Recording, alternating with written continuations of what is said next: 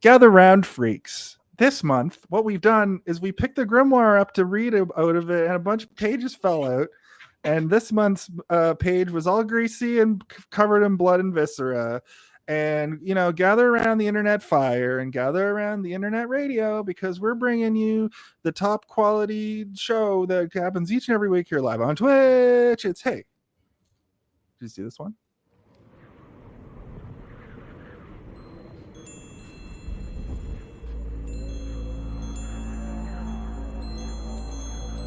With its covers tightly sealed and nightmares lurking within, the ancient book stirs ominously, whispering of unspeakable horrors and twisted sacrifices that have plagued the brave souls who dared to peek inside. But beware, for one of our sinister hosts has made a ghastly discovery. As the yellow pages were last turned, a malevolent truth unraveled. Pages are missing. Each one leading to a dark realm far more terrifying than the tome itself. A place where madness reigns, monstrous abominations lurk, and mayhem consumes all who venture too deeply. This chilling revelation serves as a stark reminder that monsters manifest in a myriad of forms. And Hey, Did You See This One? Invites you to brave the darkest corners of mind, matter, and mystery in search of the Grimoire of Familiar Killers. Lost Pages.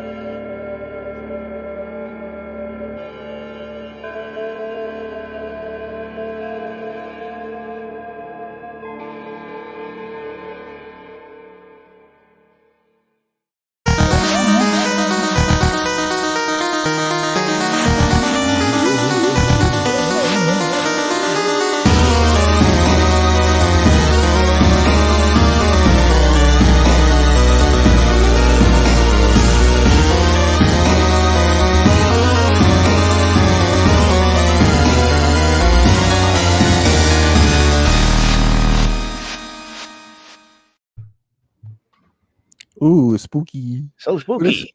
What a spooky intro. Hello, everybody. Hello, it's Thursday night at 8 p.m. Eastern here on Twitch and YouTube and anywhere you get your podcasts. Maybe it's also in the future, but this is, Hey, Did You See This One? The weekly movie roundtable discussion review reaction podcast video movie. We have started a new month. Thank you for everybody who came through last month for our Feminist Masterpiece Theater. We had 2 guests on each and every week, but we are back to 1 guest only, who I'll talk about in a moment here. My name is Jason R. Phillips.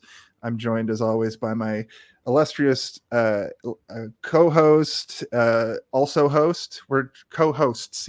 I'm not the host. Anyway, Stephen H.R. Geiger Waters from the future. That's me. The new month is the Grimoire of Familiar Killers, which is a bi-yearly thing that we do. We've been covering Friday the 13th, Freddy Goes to Hell, Jason Goes to Hell, Chucky Goes to Hell, all those movies coming up in October. We're going to be talking about the 6th iteration of all those films. But this month is the Lost Pages, where we wanted to do like a horror month and talk about some one-off movies that sort of have the same energy as like a Friday the 13th slasher. And then we kind of threw that out the window, and we're just doing 4 like horror movies, I think, is what we ended up with. Nightbreed, I think, of the 4 falls well into that. That is the movie we're covering this week, and we are congratulating our guest this week who's returning to the show. He is a host on the Hollywood Suite television channel, podcasts, internet present. Please welcome back to the show. It's Cam Maitland. Hi, guys. Hello. Thank you. Hello to all my fans in movie land. Thank you for coming back, Cam. It's good to see you. The last time I saw you was at a garden party on the weekend, and we'll leave it at that. Yeah. I may have been overserved. I think you overserved yourself before you got to the function, but that's cool. That we like to have a good time. Nightbreed, folks. That is the movie we were talking about this week. I think before we get to anything as far as the movie goes, let's talk about our brief history with the film. A brief history. And here on Hey Did You See This One, the guest has the first word in most matters. So Cam, why don't you give us your brief history with Nightbreed? Sure. I have like a bit of a weird history with the weird movie Nightbreed. In that I first dealt with it through a book, which was at my local library called The Nightbreed Chronicles, which was mostly like an art book / a book looking at all the makeup, showing all the monsters. So I saw that book well before I like knew what the movie was, and well before I would probably watch scary movies as a kid. There was like a fantasy and sci-fi art section in our library. I don't know. So I really liked the monsters, and eventually, I got to see it. It was well before the Cabal cut and stuff, well before any of these new cuts, which we'll get into, I'm sure. And kind of a movie that is nonsense in its original form, but I do I understand why people like it and why people are compelled by it, because it does, for instance, like we were talking about in the pre-show, you are like, they could make a TV show of it. There's so many dangling threads, even in the studio cut, that you're just like, it's like modern franchise poisoned film, because it just seems to be the first in a series that never happened. So that kind of sticks in your mind. And since then, I the first Cabal cut, when that came out, it played at TIFF. I went to it there with a bunch of the makeup artists in attendance. And then this week I saw the director's cut for the first time, and I took a swing at the Nightmare ultimate cut that Steve did, and I'm not that much of a fan. Me neither, but for some reason I still did. I mean, I'm curious. I do think that I can close my grimoire of is there a good version of this movie now? That's it. Nice. All right. I think we're going to have a good conversation, because just before we can actually, you know what, Steve, go ahead and let us know about which version of the movie you watched also, I guess, if you weren't going to already. Well, I was going to do that during my brief history, so I'll do that. Cool. Actually, like Cam, I was familiar of the monsters and makeup from a book when I was a kid as well, but I had no idea what it was. And years went by, and I, like so many movies that I watched way too young, it felt like a dream. Like I had conjured these images up in my mind, but it was planted there from some book that I looked at. I was a weird monster kid, so people would get me monster stuff when I was a kid, and often like Hollywood makeup books were a thing that were floating around in my house all the time. But actually, the first time I watched this was on recommendation from my friend Cam Maitland. When we first met, we were working together, and it was kind of before we started hanging out, before we sort of became friends. We were in that moment of like befriending somebody where you're just learning their interests, and this was one of the things that you had recommended to me, specifically the Cabal cut. And on your recommendation, I watched it, and I was like, okay, Cam gets the weird shit that I'm into. Cam knows what I like. And yeah, that was the first time that I watched it. It was probably in like 2015 or so. So it was before or it might have been close to when the director's cut came out. But before the nightmarishly long version that I watched yesterday, 3.5 hours of a lot more and a lot less somehow. But yeah, the ultimate cut. We'll talk about it when we talk about it. But I don't know if I can recommend it. That's my brief history. And you watched the longest possible version. I watched the ultimate Cabal cut, is what it's called. Yeah, which is kind of unofficial, I think, because it seems like they put it together, but it lost funding, and there's kind of no release of it beyond YouTube and streaming and stuff. And it also kind of feels a little bit unfinished. And I mean, the irony. Yeah, and I do think that because the director's cut is like Clive Barker had all the elements and was allowed to do what he wanted to do. It's kind of like, how much further do you need to go? Yeah, for me it's basically like Steve mentioned that he wanted to do a Grimoire Lost Pages for this show, but pretty much since he joined the show 3 years ago. And shortly after we came up with the idea for the Grimoire, that's when you started kind of pitching the idea for this month. We didn't get around to it till now because we ended up doing the 2 grimoires per year, blah, blah, blah, whatever. Last year, you sent me the trailer for this movie, and I've been fascinated by the trailer for a year because it doesn't make any sense. It's just pictures of crazy things and crazy monsters and crazy makeup and crazy practical effects happening. And I think about it all the time, but I wanted to make sure that we did this for the Grimoire Lost Pages month. So I didn't watch it until this week. And we had a chat. We have a group chat, the 3 of us, and we were talking about which version should I watch, guys? And you guys basically said watch all the versions, the long and short of it, or none of them. Yeah, or none. I mean, the other thing that's interesting is like I don't know how you would watch like the first version I watched. That version is essentially scrubbed from the world at this point. So, I think. So the theatrical release, basically, you were like, that version is seen as kind of the worst version and also hard to find. The theatrical version, or the director's cut, is the version that sort of is the like, this is the introduction version, like watch this, and then there's a Cabal cut, and then an ultimate Cabal cut, which is like bonus scenes. Yeah, and I mean, into the movie. Part of it's kind of a mess because like the Cabal cut was made, the first Cabal cut that I went to at TIFF was made with what they thought were all the elements they had available. Then almost immediately, I think Clive Barker might have been there, or somebody said, "Hey, we're showing you this cut, but we just in a castle that some musician works in found a ton more stuff. We found a video camera with that." I think that they essentially found all shot footage. That seems like they found like 90% of the original film prints, and they were able because the director's cut is all film. There's nothing looking janky. Whereas even the Cabal cut I saw at TIFF had some of those VHS elements that I think still exist in the ultimate cut. Yeah, so it's like alternate takes and stuff. Yeah. I think it's also like suspicious that it was found immediately. It was probably like they realized, we can maybe make more money. Yeah, I do also think, as we've touched on, kind of that Clive Barker being near death for the past like decade, he's tried to go back and like save a few, because I think Hellraiser 2 also has a different cut that he did. I don't know. So I think he's sometimes trying to salvage the projects that were kind of taken away from him and not up to his standard. Yeah, we'll see what the posthumous like ultimate versions of these movies are once he passes, and we get a some sort of collection.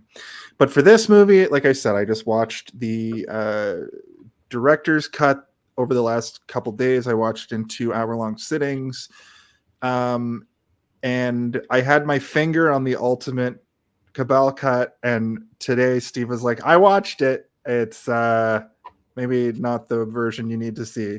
So I'm glad that I made the decision, but I'm glad that we have. I never recommend watching movies in chunks. I'm anti-chunk movie watching. I say watch it except for the Goonies. Am I right, Steve? Then you're pro. Then I'm pro chunk.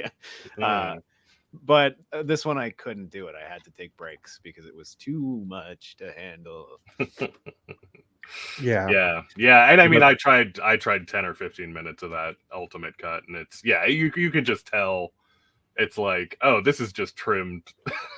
Like it's just stretching scenes on for so long, and then sometimes is like, we have no sound elements, so it's just going to show the script. Like, okay, there's a difference between a shooting script. It's essentially an assembly cut, which is interesting. Like, I don't know a single other movie where they've done that. But X-Men Origins Wolverine without the CGI effects. Oh yeah, that appeared on the internet. Yeah, it's the Mummy where there's no sound except screaming or whatever.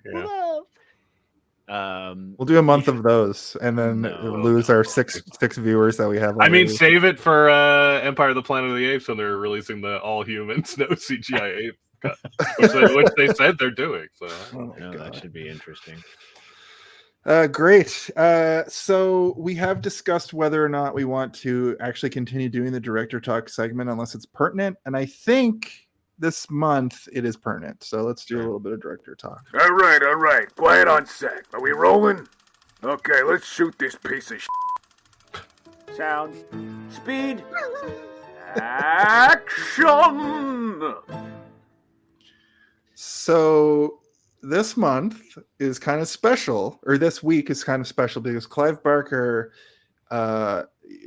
famously known for the Hellraiser films, he wrote this book and he also directed this movie. So me and Steve were kind of talking about this before the show, and it's not one of those situations where he took a property and sort of did his adaptation. This, like, he just did several versions of his vision of this book that he wrote, kind of, right? Yeah. It's actually, I took some time to watch the documentary on it too, to kind of understand more what up. But yeah, it does really seem like he's doing different versions. And I do think he was always somebody who was like a little mindful of what will and won't fly in a movie, both due to technological limitations and then also knowing that, like, look at his adaptation of Hellraiser. I think it's like he knows how freaky he can get, pretty much. How edgy he can be.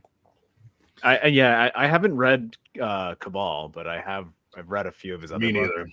And that's exactly it. Like I read Scarlet Gospel, which is one of his Hellraiser books, and just the stuff that he writes, you're like, you would never be able to do this, even with the advancement of CGI. But if you wanted to do it with practical effects, which I think he's a big proponent of or fan of, you wouldn't be able to do it. You just couldn't. Even imagining it when he's describing it to you as thoroughly as he can in the books, it's difficult to truly understand what he's getting at some points. But I like his world building more than anything else. His actual novels I don't find to be all that compelling, but the stuff that he's building within it I do like. I've often thought that a lot of the world building that he does would be really well suited for video games. Even Nightbreed really could make a video game. I think he did have a video game in the early 2000s. Yeah, I think he's had a couple actually. He's he's kind of a multimedia dude. I think with this film, he made a very successful John Carpenter film. This has that vibe kind of going on. I mean, all of his movies feel like John Carpenter films, but at the same time, you could say the same thing about John Carpenter. That's true. And what I was going to say is that it feels like if a John Carpenter movie halfway through becomes Hellraiser, you know what I mean? Yeah. Like the beginning with the police and the like sort of the setup for the story feels very like a John Carpenter film, and then it sort of starts to bleed into the vibe you get from that first and second Hellraiser movies, where it just starts to get kind of sticky, the movie gets very like, what is gooey, literally gooey. Goo coming out of every orifice. It's interesting, and I do think actually one of the most fascinating things watching the kind of short documentary that came out recently with one of the cuts is that Doug Bradley brings up, who is the Pinhead, and then in this he's the kind of Moses guy. He's got gills on his face. Yeah, they're eyeballs, but you don't find out till way too late for it to look cool. You're like, oh, this is cool, right? As he's a corpse dying. But he pointed out that they shot Hellraiser, Hellraiser 2, and Nightbreed within basically 3 years. So like, they don't, they don't do that anymore. No, but he also is like, it's a miracle any of them happened. Like, don't ask me to remember anything. He talks about how it was like, he's like, my character wasn't that important, but it was very hard to be in character because essentially he's like, I was getting in a car at the same time, taking the same route with the same makeup artist as being Pinhead, but I wasn't Pinhead. So he's like, I had to find a way to like prepare myself because it was all the Pinhead stuff. And you have to be in makeup for. Oh yeah, I mean, our man, apparently the guy, the Grimoire I come to talk about, Craig Sheffer, had to be in it for 7 hours for that Cabal makeup because it's also so early on in makeup technology that like, yeah, most of these guys were in it forever. So I also think, that you can definitely knock this movie sometimes for how cheap it looks, but I think it's also like they were stretching the budget as much as they possibly could. Mm-hmm. Yeah, I have a question for you guys that you may know the answer to that I wasn't sure. Did they use miniatures a bunch in this? Because it seemed like when the truck crashes through the wall, like near the end, and falls down, it looks like a miniature set. Also, those bridges looked like obviously there's tons of miniatures in this movie. Yeah. I would say there's miniatures, but they also kind of all talked about that the big Midian set with the bridges was built at Pinewood and was pretty huge. Like they all kind of say it was astonishing, and like, I mean, I guess Doug Bradley's probably one of the bigger actors. So Craig Sheffer's been in a lot of stuff, and most of them said that it was kind of the biggest, grandest set they ever worked on in their entire careers. That's wild. Mm-hmm. Comparatively, like Hellraiser 1 is a pretty small. Like there's the house is really the whole set piece, and that weird hallway that goes to hell or wherever. Yeah, there's not a whole lot, so that was probably quick. But that's a headier concept even than Nightbreed. Nightbreed, though, the magic of this film is that it seems like every time they do shots of Midian, there's a different monster. There's a new monster. Yeah. And I imagine in that 3-hour cut, we kind of discussed this. I'll tell you right now, the 3-hour cut, the introduction to Midian when the female protagonist is making her way down through into Midian is so long. It's long. It's so long to the point that you get looking bored. around corners. You're like, I don't even care anymore. I've seen all the monsters I need. Let me just. I mean, even in the director's cut, it's borderline the start of Beauty and the Beast of like, bonjour, like, sorry, just a monster walking here. Yeah. Like, very strange. But I mean, this is also, the early 90s and all through the 80s and even the 70s. Science fiction and horror movies, they all had these, not all of them, but like a large percentage of them have what I like to call the cantina sequence, which is when Luke Skywalker first goes into the cantina in Star Wars, and it's like, dun, dun, dun, dun, dun, and you're just seeing all the different aliens. That's basically what this scene is, except it's gross monsters that are bleeding everywhere, barfing up their own food and then eating it again or whatever. A tit man just made of tits. But you also have, the Star Wars cantina, but, like Mad Max and name it if you got it. I was going to ask you guys if you have like a favorite. Oh, I mean, I love another cantina movie I like a lot is Freaked, the Alex Winter one, where it's all basically creatures, but it's a completely stupid comedy that just overdoes it way hard with creatures. And I know Alex Winter apparently has a new one on Shudder that's also very creature heavy, and it's just that messed me up. That movie messed me up as a kid. It used to be on late at night all the time, and I remember tuning in and being like, "This is not for my eyes." But I'm going to look at the person with the giant nose, and he's part of a twin with a person he hates, and it's crazy. It's also the thing that I actually think Nightbreed unfortunately did not do enough of is slimy. The Nightbreed is too dry. They gotta get some wet on them. But yeah, I do think that he cared a lot. It's obvious because that's this book, The Nightbreed Chronicles, which looks like you can get for about $40 used. Is essentially like studio portraits of every single monster, basically. Oh, cool. Every single background player. It's what, if people would know it from anything, it's the cute studio portrait of Cronenberg and Clive Barker holding the little worms. That's from the Nightbreed Chronicles. Okay. I would say my like, to answer your question, my favorite monster from this is, I think that was the question, right? No, Sure. but I mean, if you wanted to say that too, you can.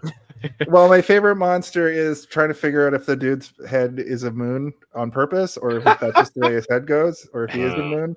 But I do like the reveal that one weirdo has the like tentacles that come out from his gut. Yeah, I was like, that's a Beetlejuice action figure. I feel like a lot of people are trying to give that performance, and that's the one guy who actually kind of does the performance of like a weirdo wisecracking perv. Yeah. Who's maybe in a relationship with that, like the devil guy. Yeah. Like, are they married? Yeah. He should be in that scene when Beetlejuice goes into, he gets to the couple waiting room. The afterlife. Well, that's my answer. Actually, there with this weird. Oh yeah. That was I mean, all of Beetlejuice afterlife is pretty good. Yeah. The question, Jason, was, do you have a favorite Star Wars cantina moment where it's like showing a bunch of creatures? My answer was going to be the Beetlejuice waiting room. So now we got that out. I think mine would also be Beetlejuice. Yeah. Okay. Yeah. Two Beetlejuices and a Freaked. Yeah. Sweet. Yeah. I was just saying Freak should be cool, but it's probably also Beetlejuice. Yeah. I do like the Thunderdome Mad Max when he first gets to Junktown or whatever. That was pretty fun too. But as for a favorite monster, I don't know. It's hard for me. Like, the monsters are really cool in this, but it seems like, they showcase the coolest ones, and then like you start to see the other ones, and you're like, they probably didn't spend a lot of time. His face is just on upside down. These guys got a lot of these guys got weird eyes. Or like top for some head reason, blue, bottom they white. found a way to build the like, you got a tiny upper top and then your legs are real fat. There's like 3 or 4 of those guys. I did like the one guy who's like, he's super tall and his bottom just gets really big and he's kind of like walking out and he just kind of like makes a noise at her as she walks by, like, "Ooh!" Yeah, I like that guy. And the guy whose head is like in his belly. That's the guy on the cover of the book. But I think the problem is that they truly did go real hard on a couple creatures. So like, I'm a big like Shuna Sassy, the porcupine lady. Though you kind of wish she was in it more, but she's pretty awesome. And actually, you know what? Like, I think because they're not always supported by great performances, but I do think one of the great performances is the weird mom who like turns people into dust. She's like made of acid or something. Yeah, she's cool. She's the horny one. Spiky. Yeah. I also like what's his name, like Peliquin, sure. Yeah, I think he's cool too. I like that he transforms and like when he goes. See, I feel like I could have done without the transformation. I like him. Like, he's a very interesting character, and obviously, again, the unfortunate thing of like, man, Peliquin's really gonna pop off in the sequels. But I feel like the transformation, just because he's such a he's a horrible weird monster to begin with.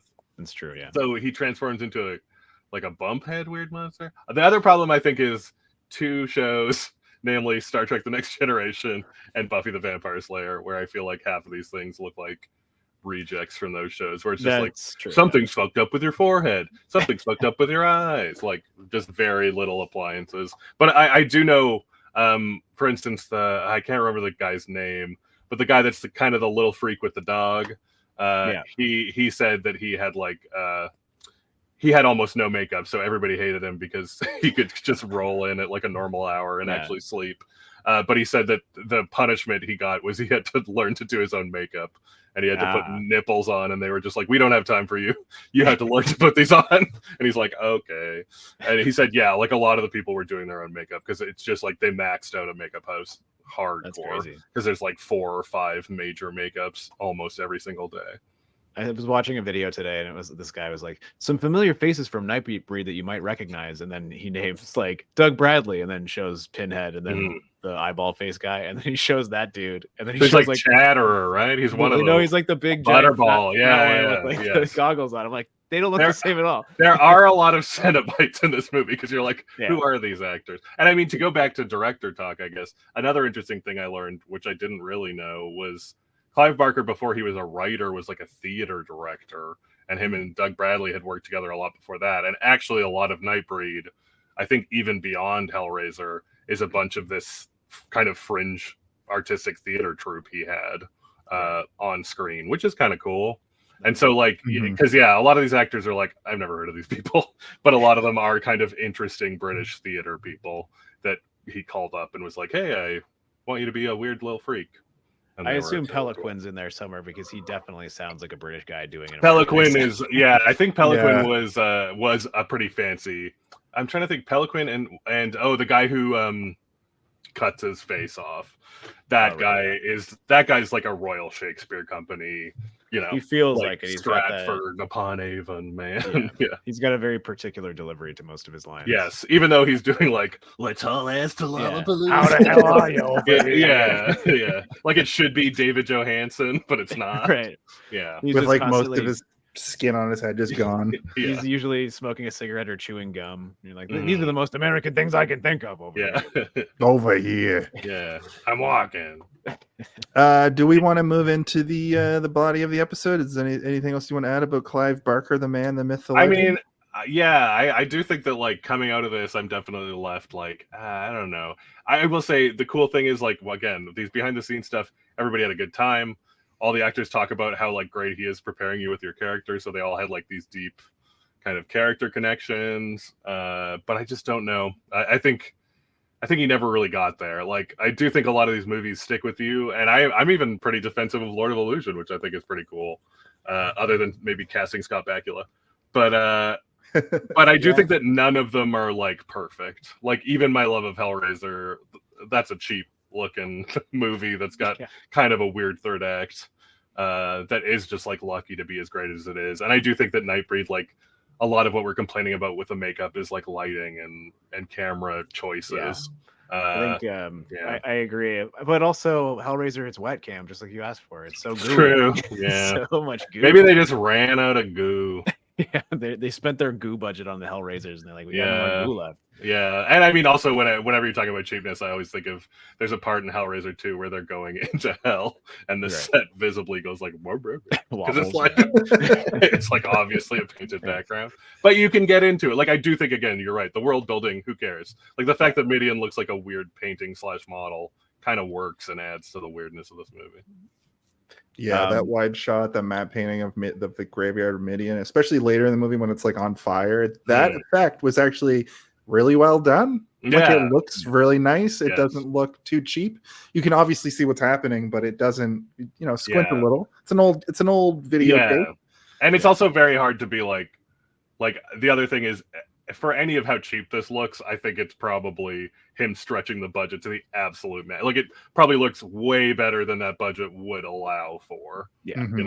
The budget is like shockingly low as well. Yes. Yeah. I think by this point he was kind of doing a, give me X amount of money and let me do whatever I want. Right. Because I don't know. I normally do that in this segment. Steve, do you have numbers? Do you have 11 million is how much it cost, and it made 16. So not a lot. That's not a sequel, but that is we pulled off a robbery. Yeah, and I do think like I'm pretty sure I've read also that he kind of left. He was not ever in like director's jail. He more moved on to do other stuff. I do know that a lot of his 90s was sucked up. He tried to develop, I think maybe Weave World for Disney. He tried to do because he has a lot of teen content that really hasn't been adapted. And I know that, that took up like most of his 90s. And then I think, like you say, he made 2 video games. He made so many more books and stuff. And produced a lot. I didn't really consider it until you just said that, but like even the Scarlet Gospel, like the final Hellraiser book that he made, does feel very like YA with a lot of R-rated content in it. Just the writing style in general just kind of feels a little bit not amateur, but geared towards just some more simple stuff. Like readable. I think Stephen King's the same, right? Like it's not trying to use $10 words.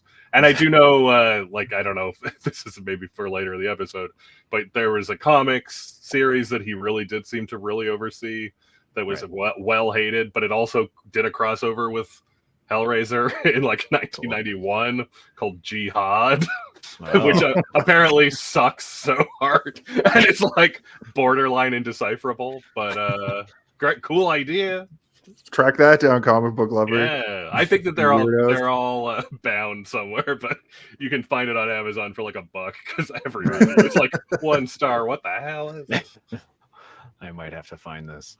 I think that there are also a later good set of Nightbreed comics, so I don't know. Right. Okay. Well, I guess we should move into the movie itself in the body of the episode. The body of the episode. I'd like to say that I know I said that my favorite monster in this movie was the Moonface Man, but blink and you'll miss it. I think that it should be noted that Corey Taylor from Slipknot was absolutely in the background of a lot of these shots. I mean, Corey Taylor from Slipknot is the bad guy, isn't he? Right. Well, that's what I was going to say. Cronenberg's character, Dr. Decker, that mask looks like a melding of all three of Corey Taylor's most famous masks. And I was spending the whole time going, did Slipknot get a lot of inspiration from this movie? Also, there's one scene where they do the cartoon thing where they go down from the ground level through the ground, and you see a mummy in a coffin, like cartoons do. Well, it's just to let you know that it's a crypt. You know, it's a mausoleum. I thought that was a really funny touch. Mummies. The Simpsons has done that gag probably 1,000 times. Just for one that I was thinking of. Usually it's like dinosaur bones and then like in like a UFO, but like I was blown away by that. Also for the body of the episode, I've asked our favorite AI to just give us a sort of scene by scene summary. So instead of me reading out every single fact through the movie, I'm just going to kind of go act by act. And they're not really acts. They're more of just like chunks in the movie. The beginning of this movie is the version I watched has 18 acts. Yeah, exactly. Yeah, the version you watched would have killed AI. Like AI would be done because it would be like does not compute. The human mind creates monsters. I haven't fully read through this, and I'm wondering how this is going to stack up to all the different versions. But basically, the movie opens with a dream sequence. Boone dreams of monstrous creatures in a place called Midian. And then we see him in the doctor's office discussing his dreams with the therapist, Dr. Decker, who insists Boone is repressing violent tendencies. That's basically the opening of this movie. Yeah, I mean, the version that I've watched, there's a sequence that I guess didn't have finalized audio. So it's basically the two characters talking to each other. Yeah. At first, I was like, are they using telepathy? I thought they were like speaking to each other through their minds. But it's just the script is on screen and their lips are moving. Basically he's talking about how he has been visiting Midian. What is it called? Midian over and over. It's from the Bible, Steve. Oh, right. My favorite book. Yeah.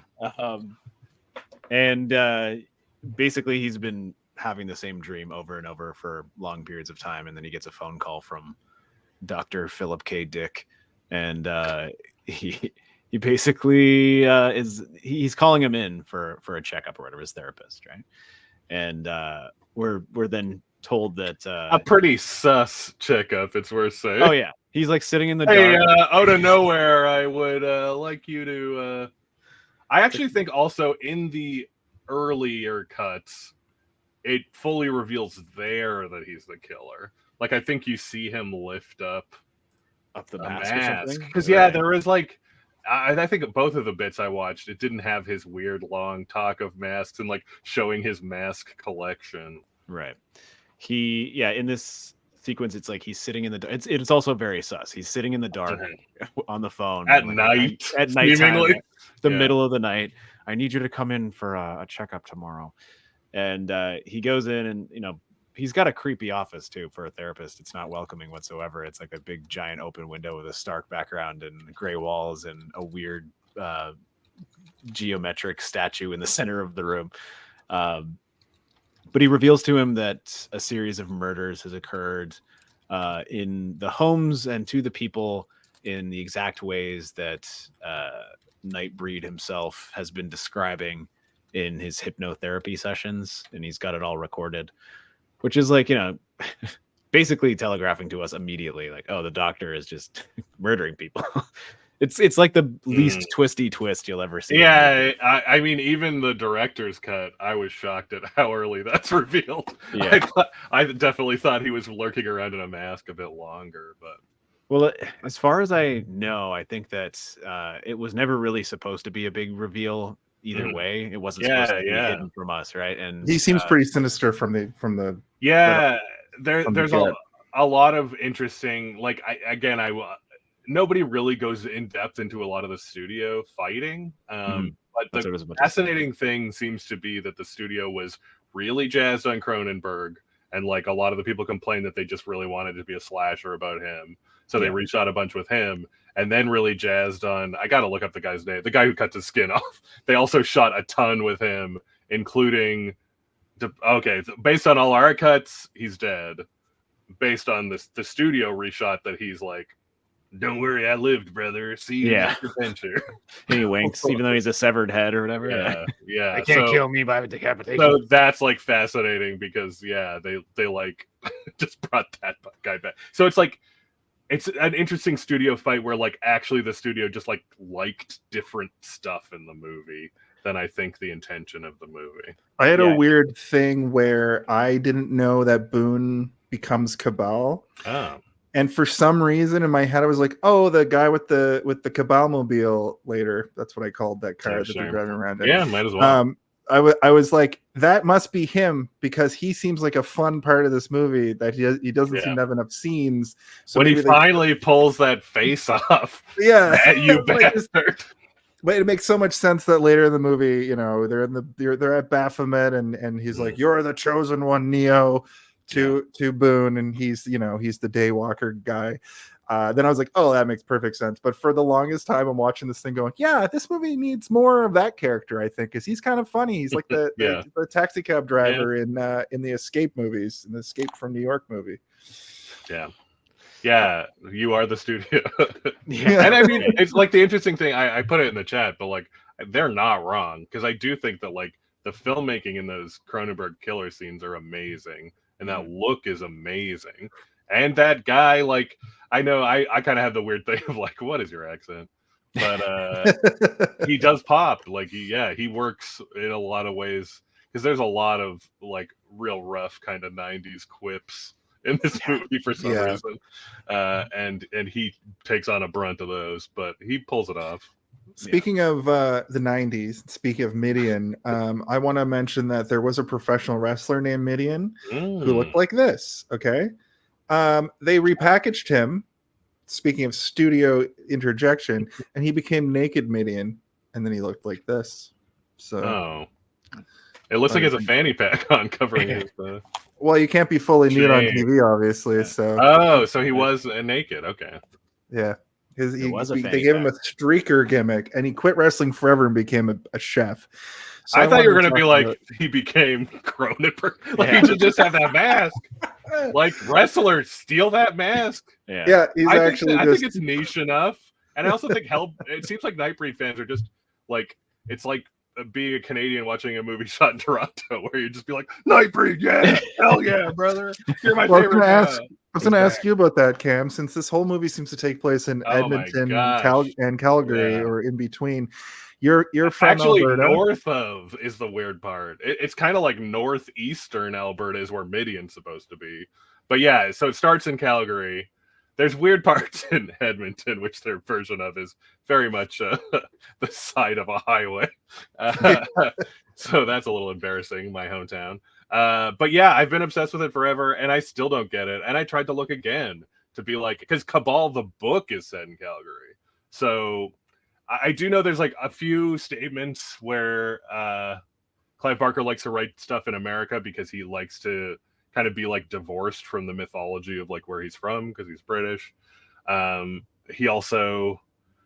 yeah, he likes to kind of choose places that are out of the ordinary and unusual. And I've always taken it, there's a weird Rudyard Kipling quote because of the natural gas deposits in southern Alberta, where he says that like they have hell for a basement. You might know for the horrible Nickelback song, also called Hell for a Basement.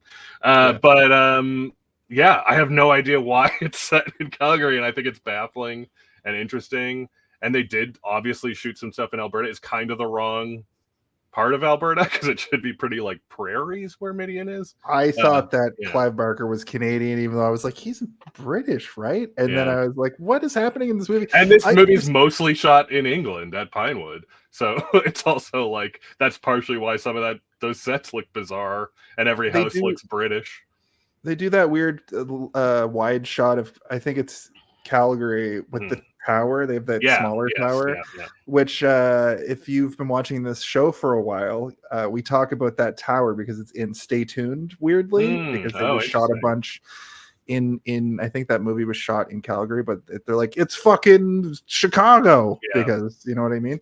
But I couldn't get over through this movie every time they just dropped those names. And like really, it's off-putting. Oh, and there's actually like, it drives people kind of nuts because the directions to Midian are like 75% real places in Alberta directions, and then it throws out two cities, Dwyer and something else that don't exist. But there's like, I think that there's a Boing Boing post where a guy's like, well, okay, I believe I found the location of Midian in Alberta, and he's like, not as if, but he's like, this is where I think it would be set. Right. And it actually does seem like Clive Barker chose a place on a map that is like mostly, you know, reservations and kind of no roads and stuff, which is kind of a fun idea. But yeah, that like Peace River is real. He says like north of somewhere, east of Peace River, like all those places are real. So it's super bizarre and fascinating. And almost like you say the opposite, where it's like they are not hanging a lantern whatsoever on the fact that this is about, like, it's just, you hear Calgary, you hear Edmonton, you're like, huh? That's the weird part of it. And even like the police they're kind of RCMP, kind of not. But and you do hear some like, accents, like people are kind of trying to do not an American accent, I would say. But you could easily do the Midwest United States, but it's so much smaller and so much closer together that putting it in this area, it's very possible he just wanted something different, right? Like, I think that might just be it, because there's never. But I mean, geographically, like, it's so wide open that you could hide a monster town. Oh, for in a graveyard out in the middle of nowhere in fucking, you know, rural Canada. A lot. Maybe he just threw a dart at a map of North America and was like, all right, this is where Midian goes. And I mean, he was also like, the other weird thing is, he like, his career really blew up. So like, maybe he was doing like, Calgary's a big enough city to think he might have gone to some sort of Comic-Con or something and just been there and been, you know, hey, this is pretty every town. But it's bizarre that it doesn't use, like, you know, she sings at a club. Why isn't it like a country club? You know, like, it would be a country bar. And that's like not even offensive. That's just like, if you were the most famous singer in Calgary, you'd be in 1980 whatever, definitely be a country bar there. But it's like a jazzy kind of jazz bar. It's like just like an LA club kind of, which is like, all right. And all of it kind of works. Like the weird Art Deco kind of office Cronenberg has works, and and the, like I say, the cop that's like not quite RCMP but kind of is, still works. It's just, and like, unfortunately, like, having a weird rural militia, we do have those too. Like, we absolutely have the militia that's just waiting for, like, wait, a town of monsters, oh my god, we've been waiting forever, finally I can use my shotgun. Though I will say, I think he goes even harder than old Guillermo del Toro on, like, the monster is man. I do think that even if we found a city of real freaks who were like, please don't hurt me, we probably just wouldn't. He's like, all right, they're come in blasting. We gotta shoot them first, ask questions later. They're freaks. Oh, there's children. Better blast them first. I was wondering about that scene in this opening, but we do get towards the end of the epilogue. That's what it says in the notes. I'm not going to. But when Decker, prologue, baby. Absolutely. That's what I meant to say. Prologue. But anyway, when Decker's going through the house in his Slipknot, I referred to him as Slipknot in my notes for the rest of it. When he's killing that family, does that scene just go on and on and on of him skulking around the house, or is it just still pretty like? It's contained. There's a little bit more of the beginning of the couple, the married couple, kind of like interacting flirtatiously. It's so jarring in the extended Ultimate Cabal cut. It's like this horrible VHS rip where it's like, you're like, I thought it was a shot of a TV. I'm like, what is this home video? And then it like cuts to this is before I got far into it, where I realized there's going to be a lot more of But it's just a little bit of extended flirtation between the husband and wife, which I don't think necessarily hurt the scene. I think it's just like didn't need to be in there, but it did give you an idea that's a loving family, Yeah, and this is to point out that Slipknot, which I think would be a great villain name. I wrote him down as Henry Selick. It's also character. It's also insane that because I don't know, any other movie we would get a lot more of what the serial killer is, the hunt for the serial killer, and whatever. But instead it's like you just have to take for granted they've been hunting the serial killer for a while, and he's killed a lot of people, and you don't see it. But it's like we never hear what that killer's name is.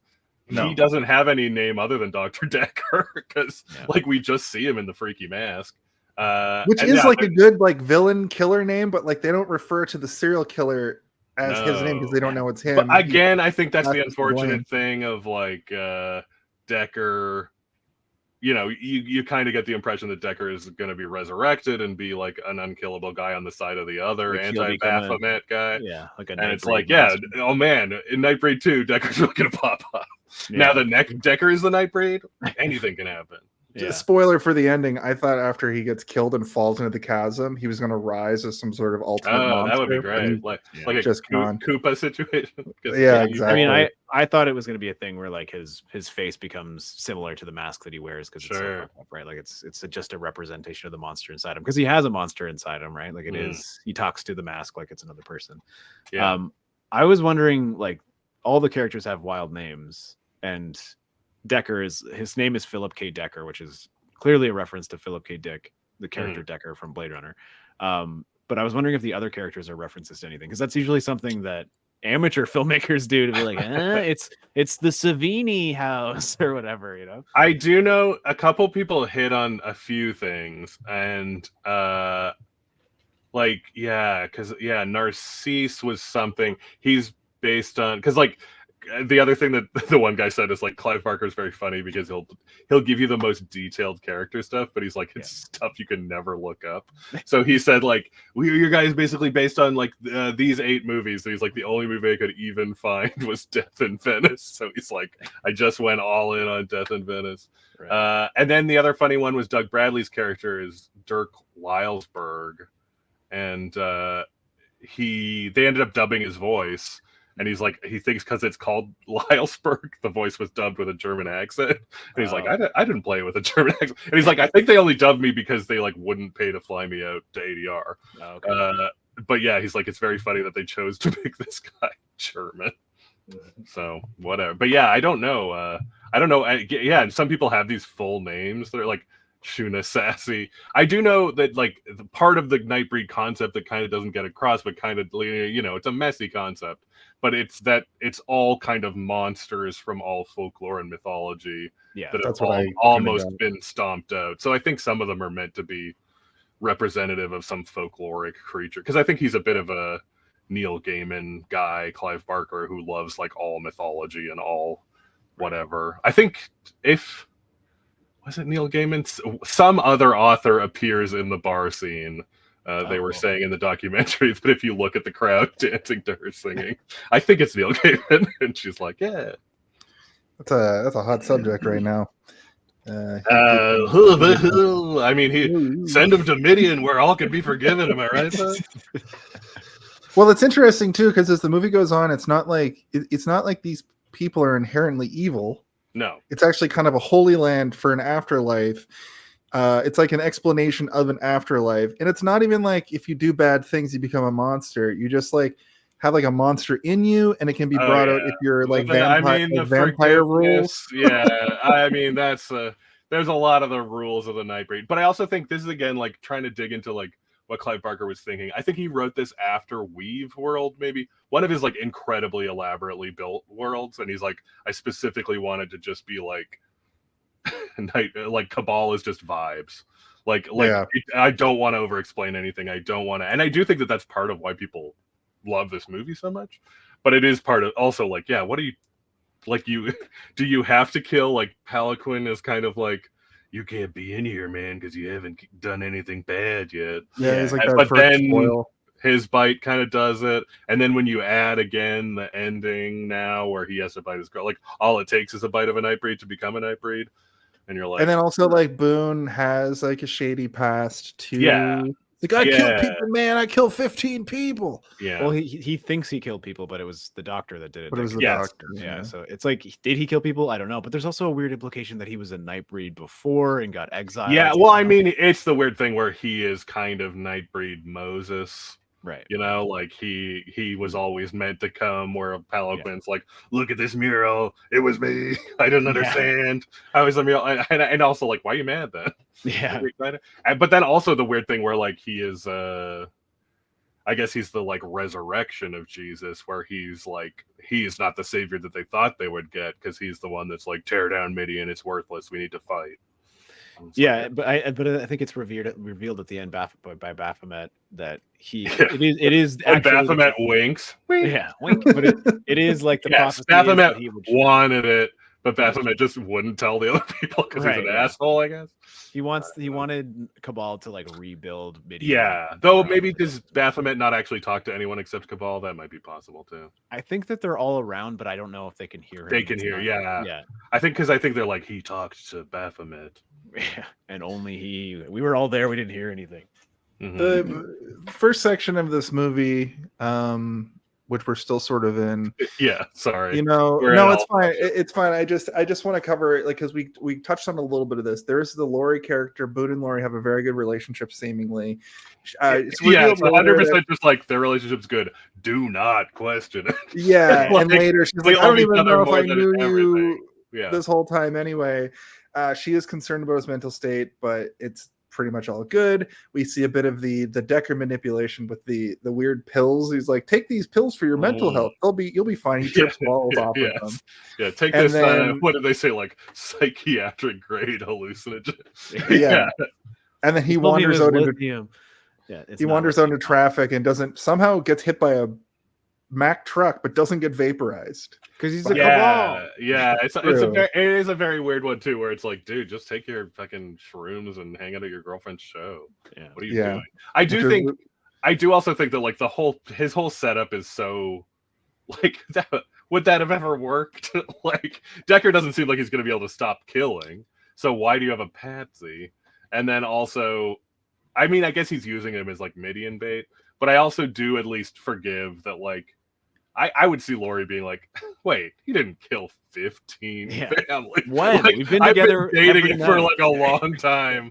He's not sneaking, and even that night, like she's his alibi that night. Yeah. The night And he I'm kills such- people, they're in bed together. We see it. I'm so naive that I'm watching this 2-hour cut of this movie expecting you guys to fill in No. pertinent Mhm. information, but it sounds like the movie is the same movie, just with more people just walking around. Oh yeah. I mean, I was gonna say the In the funniest Cabal cut. part in the ultimate Cabot cut.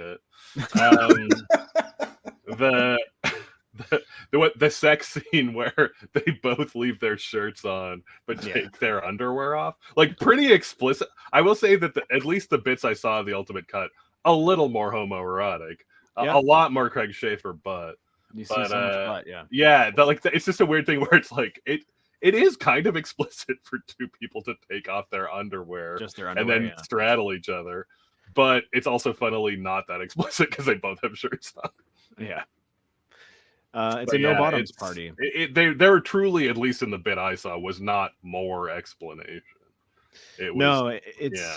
there's like a sequence that I don't think is in the director's cut, but it might be where he pours out all the letters and photographs and passport of himself and burns it all before he trips out on drugs. And I guess it's just supposed to be like him burning either his past or his present self, like burning his identity, but he's also already tripping out on goofballs or whatever the doctor gave him. Yeah. But while he's burning it, he has a vision of himself and her making love, where he's just like watching them make love to creepy, weird, Danny Elfman elaborate music. Danny Elfman music plays. Yeah, I mean that's the made other that weird thing note. that does make this movie kind of slap is like Yes. constant Danny Elfman, and honestly, all the bits in the director's cut, and even the ultimate was pretty good at just. They're like, listen, if we got a rough piece, we're just gonna put some, booty I was shaking saying this- Elfman underneath. I was saying to Steve elbow that music. the score sounds like if Danny Elfman was like, So this is a year after Batman, Mhm. but like a year before Beetlejuice, or is Yeah. Beetlejuice before And probably no, Beetlejuice is before Batman, but this Right, is yeah, yeah. probably done before Batman hits, if that makes sense. But the score sounds like if you mix Batman and Beetlejuice together. Yeah, I also find it interesting because like Elfman nowadays is very capable of a chill score, but Yeah. this is kind of like the Beetlejuice Batman style, but chill. Like it's Yeah. doing the Yeah. but like pretty dramatic. Dun-dun-dun-dun-dun.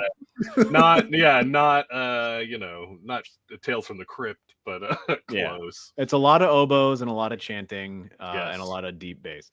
But Another bad man, all these guys, everybody related to Nightbreed is being taken down. right, yeah. They are the Nightbreed. Mm.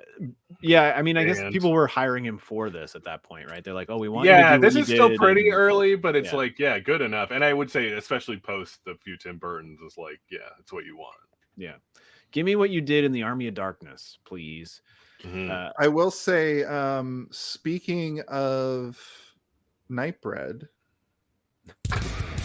That's when they said the name of the movie in the movie. Constant.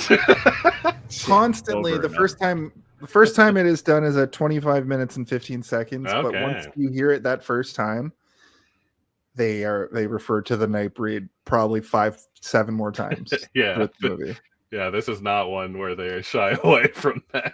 No, it's like we watched Barbie a couple weeks ago, and I did a title drop. Oh my four, God. 4 minutes into the show, and we were Yeah. like, "Well, they say it. That's her name," and I was like, "That's kind of what the point I'm making."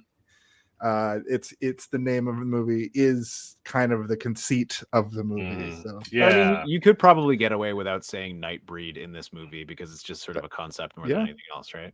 And Yeah. also, Eloquent in that background there look exactly like Ivan Ooze from Yeah. Power Rangers. I That's just true. noticed. Pelican Sorry. is giving It's real Ivan Ivan Ooze. Somebody check if they just reused that mold for Ivan. Yeah. That sounds like something Haim Saban would get.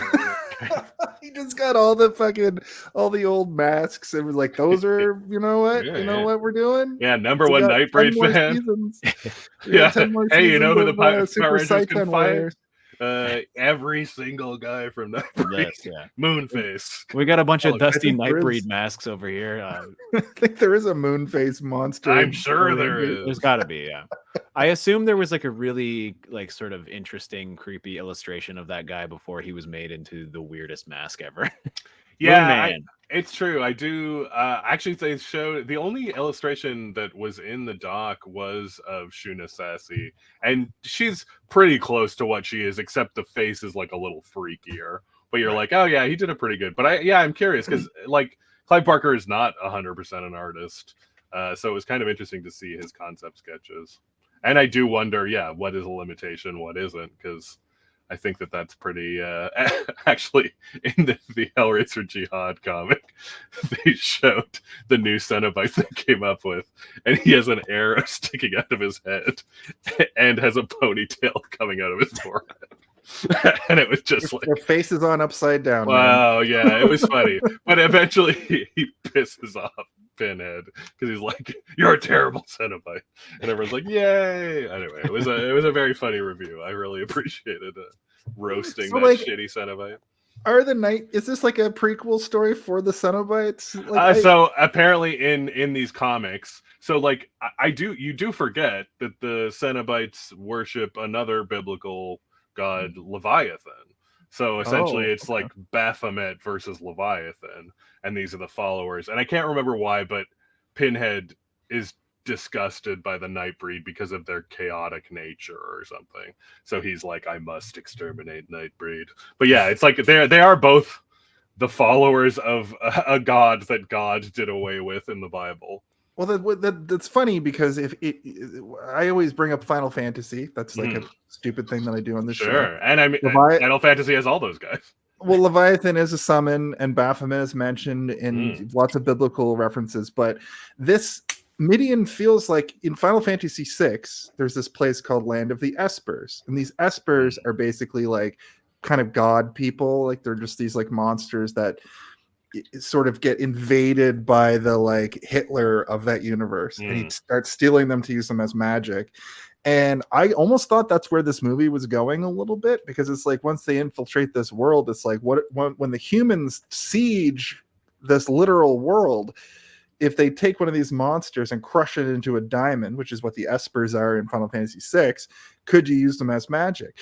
And I'm sitting there going like, this is literally the land of the espers. And I saw so many parallels that like, is this like a common theme in the Bible? I've never really read the Bible, but is there this like land of... Yeah, I mean, I think I was hearing that Midian in the Bible is kind of a place between life and death, and it's like a city that's destroyed.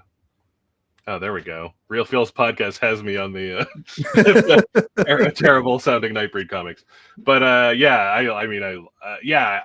don't remember. I did look it up a bit, but yeah, it's a city that's destroyed in the Bible, I believe.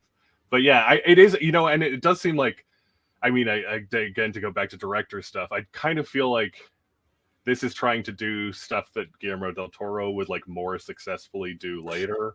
And like what you're saying actually is like what feels maybe a little missing from this narrative, because this one is just that humans want to destroy the Nightbreed.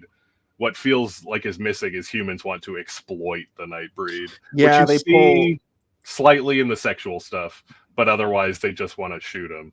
Like if you could pull somebody from this world, would that introduce real magic to the real world? Because, Cabal is like very Neo, very very like the chosen one feeling. Yeah, the old hero's journey.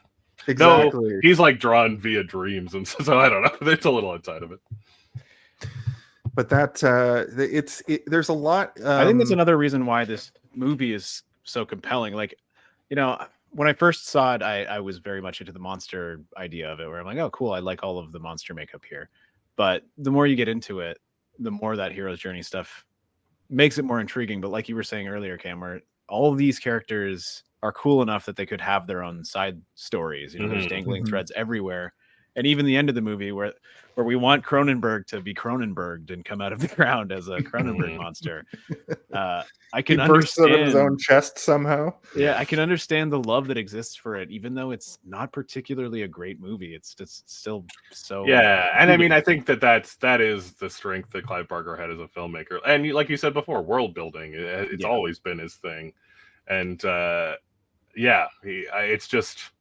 and it's tough to know, like, if the monsters looked a bit cooler, that's actually not the problem.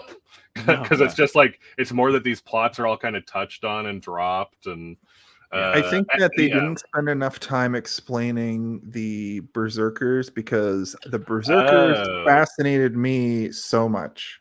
Let me tell you, they're uncontrollable. It was a bit I liked hearing about the bad. So the comics were weird, I guess, because they claim to have been conceptualized, but everyone kind of disputes that the 90s. So these comics came out at pretty much the same time. Everyone disputes that it's like different artists every time and different writers quite often. So they kind of just felt all over the place. But the one that sounds very interesting is about like the creation of the berserkers, and that they were they were essentially like a weird thing where during World War I, briefly the Nightbreed teamed up with the Kaiser and is like, we'll help you. But they created these berserkers and kind of regretted it, and is like, oh, this is what happens when we work with humans. And like, this is why we have to kind of be totally away, because like our powers combined with humans is too fucked up. And I think that they like sacrifice Nightbreed to create the berserkers. So it's like, that comic sounds cool. I do want to read that. Right. Like, I will buy this bad collection to read that one comic, even if the art looks like but some of the art looks like, behind me is actually comic art, which is like, there's like a weird monster that is like, I'm so old, I have no more teeth, but he just fills his mouth with knives and scissors and stuff. Scissors and a razor blade. I didn't realize that. Yeah, I didn't realize that was a mouth until I thought it was like back. I think it's like the final frame. He's like, lucky I got my dentures. And you're like, yeah. I think it's the same weird comic group that did. I think, Jason, you've talked to me about this. Those weird kind of adult Ghostbusters comics from the late 80s and early 90s. I think it's that same sort of failed. Yeah, well, there was also, me and Steve have talked about how there's all these weird, there's that comic book company that made that Ash versus that's Boone, maybe. Yeah, I have you it actually you right you showed here. it to me, and then I went and looked at their catalog, and it has all these like IPs. They got the rights for all these crazy IPs, and it has like Ash versus Predator, it's like some shit like that. And what you're describing, where they go back and meet the Kaiser, and they're in the Civil War and all that, like that sounds like Nightbreed sounds like a whole long line of comics in this.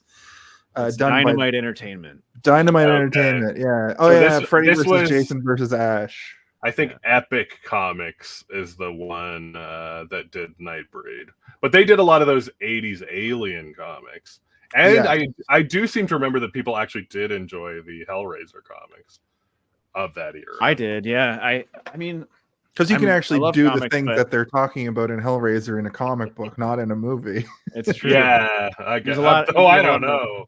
Then you there's got a to lot go to more- the talk to the there's a- guy, and he takes you in the back and there's, you like, there's comics also a with lot more like an X. creative I don't know. creative leeway where you can just sort of like, I'm gonna take these two characters and mash them together and see if anyone gives a shit when I try and bump them. Yeah, and I mean, what does again sound compelling sometimes of these comics is like following an individual Nightbreed member in another city or something, and which just is being why like, I think a little bit why it would work as a series, right? You could. oh yeah. you Well, could I mean, to go back to maybe the larger thing of just the plot and like where we were in the plot, I think they just don't like as much as this movie is too long. It also like doesn't spend enough time on anything. Yeah, Yes. I was Where, going to like- mention the scene where we meet Sissis for the first time. That could have been 25 minutes of expository information, getting to know the character before he cuts his face off. But it's like, even the Ultimate Edition, there's only about 45 seconds in the middle there where we get a little bit more. Yeah, and isn't before it that cuts- like you could have a whole episode where this guy's locked in a hospital room where he thought he was going to die and he didn't, and beside him is this crazy guy, and he's the only person who's ever mentioned the place this guy that he dreams about. of Yeah, that drives him nuts. But this guy seems extra nuts, and you're like, well, do I trust the crazy guy, the super crazy guy, or do I trust my doctor who seemingly set me up? That could be a whole TV episode. Yeah, there's a lot of that stuff. But I also just think like Jason, the cut you and I watched, the director's one, like before it's even 1 hour in, we are fully mask off revealed that Cronenberg's the bad guy. Yeah. Laurie is already deeply in Midian, and they're like, okay, like it's not about the girl finding Midian, like she's in it. And I've then talked it's just about this before. I have this thing with movies where the first like 15 minutes of any movie I watch for the first time, I'm not gonna remember it because it's just sort of throwing all this new information. And the second time I watch it, I'll hone in. In that first 20 minutes, we get like we're introduced to Boone, we're introduced to Decker, we're introduced to their relationship, we're introduced to Midian, we're introduced to a monster, we're introduced to the drugs, we're introduced to Laurie, we're introduced to Laurie's fucking nightclub shit, and then we're introduced to him getting hit by a bus. And then like 10 minutes after he's that, introduced to a bus. yeah, and then 10 minutes after that, he's dead. I'll just talk about the second like segment of the movie. Oh yeah, the second segment is maybe the weakest in this regard of like, does any of this need to happen? Boone finds Midian. It's a cemetery. He encounters the mysterious residents. He meets Peloquin. Boone drives for like 20 hours straight. That is, driving from Calgary to 4 hours north of Edmonton. They're close, but they're not that close. We get that reveal that Decker's the serial killer. He then manipulates the police into, them believing Boone is the killer just because he's like mysteriously on the run from, and then Boone gets killed by the police and Decker, and he, that has all happened in 40 minutes. Yeah. All that laundry list of things, which that's like a movie. Oh, absolutely. And I do think like one of the great weaknesses, and I don't think it's even explained yet at this point, is Decker's motivation. Is just like, I hate it's never things really that breed.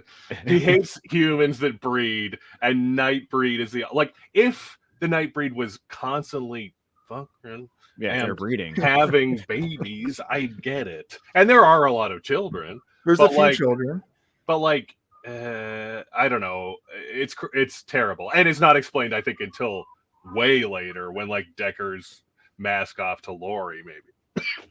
Yeah. And it's just like, what is, yeah, it's so weird. And so I think that that's the weird thing is like what we're used to in a traditional 3X structure. And I will say that this structure issue exists even in the tightest theatrical cut. This is not a extension issue. That's like, true. yeah. That's my nativity and whatever. And also like I'm sitting there going like they're explaining so many things to me in such a short period of time for how basic the story really is. Mm-hmm. You know, it's a really simple story about a guy who is, you know, the chosen one for this group of like mythical beings. Mm-hmm. And there's a guy who hates the mythical beings. It's really hero, villain, magical land, magic. It really feels like a lot like an old 80s fantasy film, like a Krull or like a Labyrinth. But then for some reason, they're just throwing new ideas. That one character comes and goes so fast that the woman that Laurie meets on the road. Oh yeah, who is great. And then she gets killed like immediately. Yeah. But she comes and goes so fast that when they introduce that next girl who just works at like she's like eating the fucking croissant and off you're the like, floor. Yeah. I'm like, no, they look the same. And I was like, I know I just saw her get fucking. I love that scene, but that scene also makes no damn sense. And he also puts down the previous woman's head on the fucking table, right? I think it's the guy. So I think what he does is prop up a man's body, chop his head off, put his head, because she's like, oh, Jim.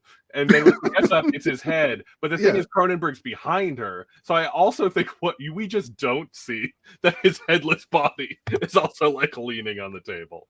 But yeah, again, this is just stuff that is, and it's very interesting because it's not like, it's tough to say like what to cut.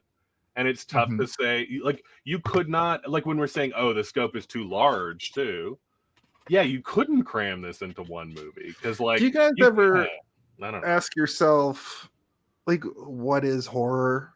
I find myself asking that question to myself very frequently. I do also think that is actually like part of this Barker studio fight. This is like dark fantasy. Yeah, exactly. And I've learned over the years, especially doing this show, that horror movies aren't necessarily scary, and usually they're not scary. There's just like tropes, and you fit a bunch of those tropes together, and then it becomes a horror. But then, like you literally just said, this, I don't think this really is a horror movie. I think it is a dark fantasy because it very much leans on fantasy tropes more than it does horror. But then it's still in that era of practical effects. Yeah. And all the practical effects look so fucking hyper realistic that like all of the horror elements of this movie are really great. And there's too many bits that are like too fucked up. Like, and again, truly the bit where he's killing the family is brutal, and it ends with him slowly approaching a child and a tear running down the child's face because he knows he's going to die. Like that's wild and hyper R-rated. But yeah, then the rest of it, you're like, oh, and then the behemoths are like an interesting story, but they're kind of putties by the end of it. They are kind of putties. You can subtract a couple of things from this movie, and it'll be a fun PG-13 dark fantasy. Absolutely. And actually, I was going to say that the guy with his face cut off reminds me a lot of Little Monsters. The blue guy alternate face. That, which is terrifying. And again, that's like screwed up the other way, where it's like, oops, we accidentally had one R-rated scene in the middle of a PG film. It's very fascinating, but it is like, I do think I'm repeating myself, but I think watching these cuts made me be like, it kind of sucks to just realize that they maybe never shot anything that would fully make sense. Yeah, and there wasn't a full vision to turn a book into a movie. And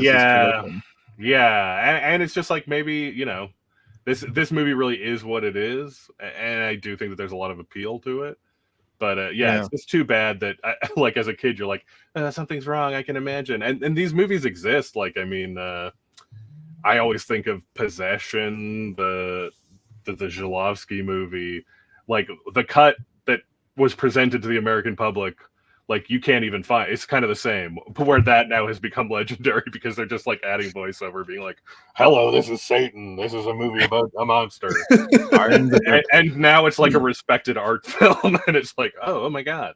But yeah, there's not really that here. It's just like, yeah, one kind of mess or another kind of mess. Feels very good. It feels very like Ninja Turtles too. But you just take all the colors and add some blood, and you got a lot of different weird monsters from a Saturday morning cartoon. Like I'm watching this thing going, I didn't look this up. I forgot to look it up. Oh, sure. But are there action figures for this movie? Oh, I'm sure there are somewhere, right? If this not, is and I don't mean like, McFarlane toys made. Oh, I was going to say, somebody get Todd McFarlane on the board. Yeah. No, not of the time, I don't think. That's but I want to push on the legs of the guy with the cool, like, ghosty face when his little tentacles come out of his gut, like, from pushing on his legs. That's what that reminded me of. There's an action figure from Beetlejuice of Obnoxious, which is that character that is like the friend of Catherine O'Hara, and he's like, sure. And you take off his little head and he's got a scared face underneath. It's very Ghostbusters adjacent as well. And a lot of these monsters reminded me of like that. Like you push the legs up on the spiky woman and her spikes come out, like Pelican, same feature. We have just, cost-cutting measures. I will say there's a really banging NECA that does the really fancy figures lately. Okay. Has a very good Decker figure. Cool. So if you love the Decker design, it looks real nice. Oh yeah, famously has I guess this image that I have behind me is like the box art for the toy. Oh, cool. Yeah. NECA is famous for its like hyper realistic looking like Batman and Joker from the Dark Knight. And I mean, obviously, you guys know the NECA site just like broke the internet because they released Murder, She Wrote, and it was their fastest selling toy of all time. Angela Lansbury. I know, but I love it. I'm like, that's actually a great idea. Like, do Magnum PI, and you will also. There's a specific type of person that would never buy an action figure who would buy an Angela Lansbury. Absolutely. Yeah, that's also like playing into the gay man. And I do. You're right. I assume he comes with a typewriter. I don't even remember. It looks good though. It was fun because it was like it wasn't purely hyper realistic. There was a bit of a cartoon touch. Right. That's cool. I still think that he looks more like a Selleck character than he does a Slipknot character. I mean, I see it. I love the fact that the mouth is so weird. Like the zip is not on the front. It almost looks like everything is being pulled to one side, which is a really cool. It does sort of look like a Tim Burton. Yeah. Sculpt. Well, I mean, it's like obviously it's like a sculpted, not a bag. That's where I was thinking of the Slipknot masks because they're all very hyper stylized and look like different weird things. That's man. There's like so many good things in this film, but then so many weird things, and the fact that I'm gonna say this more times, so put a counter on the screen, but like the fact that the 3.5 hour cut doesn't add more context. Just adds more people. A bit of context. You didn't watch it. It does. I'm not saying it doesn't. I'm just saying I'm fascinated to know in my life before I die, Jason, let me know if you ever watch the 3 hour cut because I think it'll tickle in your mind like it did me. There are moments that are added that add a little bit of depth to the characters that is lacking in the director's cut. There's a moment in the office at the very beginning where he has a breakdown to the doctor, and the doctor is very compassionate and loving almost to him in a way that a father would to a son if someone was breaking down. That doesn't exist in the other cut. That adds a little bit of context to both characters and the trust that they have for one another that seemingly doesn't exist otherwise outside of that. We get the weird. There's no. There's so little context for his mental illness before at all. The doctor treated him for. And even the amount he told him about Midian and how much he knew about Midian. Because, like, obviously he knew enough to be like, and there's monsters, and they're breeding, and they're really stuck At in night, Cronenberg's mind. night breeding, they might say. Okay, breeding. Yeah. Like I've killed all the people in Calgary. I guess I gotta. You gotta move on to the underworld. Yeah, like I again, 10 months. you can make a whole movie to me about a serial killer who gets so bored of serial killing people that he's like, wait a minute, there's monsters. That's Hello. Dexter, I guess. Yeah, but a murderer. But Dexter doesn't kill vampires. That's this is what true, I mean. Like he's like, I'm tired of killing people. It's so easy. I need to find something sicker. There's also a little bit more context in the scene between Sissis and Cabal in the hospital before he cuts his face off. You really get the idea in this clipped footage. It's also one of the nice things about the extended edition is it's very obvious when it's happening because the audio, all of a sudden you can hear the ambient sound of the room like so horribly, and like the quality goes down a little bit. You're like, oh, they added this. But there's an extended sequence of him getting down on his knees and essentially like praying to Nightbreed, just being like, oh, you're the chosen one. You're gonna lead me to Midian, and you almost feel him as a god before he's even reached there as like the Messiah. He's already recognized as the Messiah beforehand, and it gives a little bit more context to Sissis as well in what he was before he reaches his monster potential. I guess he is probably the least logical in terms of like, you find out he was a monster. I also do feel like that's a fascinating one where I'm like, some of this is maybe the reshoot, some of it isn't. And also it's hard to tell how much Clive Barker was in or not in on the reshoots. Right. Because that's like, the fact that he is like, they won't take me, like, it'd be interesting if he's the guy who's never sure. But then by the time Laurie's coming, he's like, listen, it's old hat. I know all these guys. I know everything now. Yeah, follow me around. It's no problem. It's kind of, and he's like cracking jokes about like, I love a sailor, like that stuff. And which I love. Moonhead, me and Moonhead go way. Well, he just said the guy, one guy, nice tattoos. I love a sailor. I like that bit, but it's that you're right. That part just doesn't. It's like two different movies. Yeah, you want the context, but at the same time, at a 3.5 hour long version, if they were to add that context in, it's like, okay, well, fuck, we don't have time for it. And he's not even a main character and doesn't really become one. He's literally Sissis the chauffeur after a while. He's like the comic relief character in a movie that's not a comedy at all. But I mean, his bits are good. Like the tattoo bit is good. I like the tattoos visual, bit. The visual comedy. He does seem to be not affected by light. So he gets to do a little more, which again, some of them like explode in the light. Yeah, they play fast turn with that Daywalker stuff. Being a little freak in the light. Some of them, someone turns into a giant chihuahua when you go in the light. I will say the most fascinating part of that documentary, and you're like, actually, I believe you, lady. She's kind of going into actor talk, the main actress. But she's like, my job now is like working heavily with animals and like caring for animals. And that whole part where she saves the weird little freak animal and it turns into a little girl was cut in theatrical. So like, she's like, I hadn't seen that in 20 years. And yet I've spent 15 years of my life like obsessed with animals and rescuing animals. And she's like that was the moment. Well, she's like, that seeing that moment literally like drove me insane. Cause I was like, my first animal rescue was me acting through this weird thing of being like, do you need water? Do you need whatever? And she's like, yeah, maybe I did realize that I wanted to be an animal rescue person with this friggin', because she's like, it was very hard. Obviously, you're carrying a weird animatronic puppet. And you're just trying to ignore the sound of servo motors and 100 guys beside you, like drinking their tea and being like, they take the one teardrop. They take the Chihuahua one and give you the half Chihuahua, half human, and they give you the real human with the And she's both like, I was both amazed that I was able to keep that performance, remembering how stupid it was, and then also being like, unfortunately, this broke my mind for the rest of my life, and now all I do is rescue dogs. It is odd that that's not in the theatrical, because I think for me that's probably one of the most makes the most sense. Moments.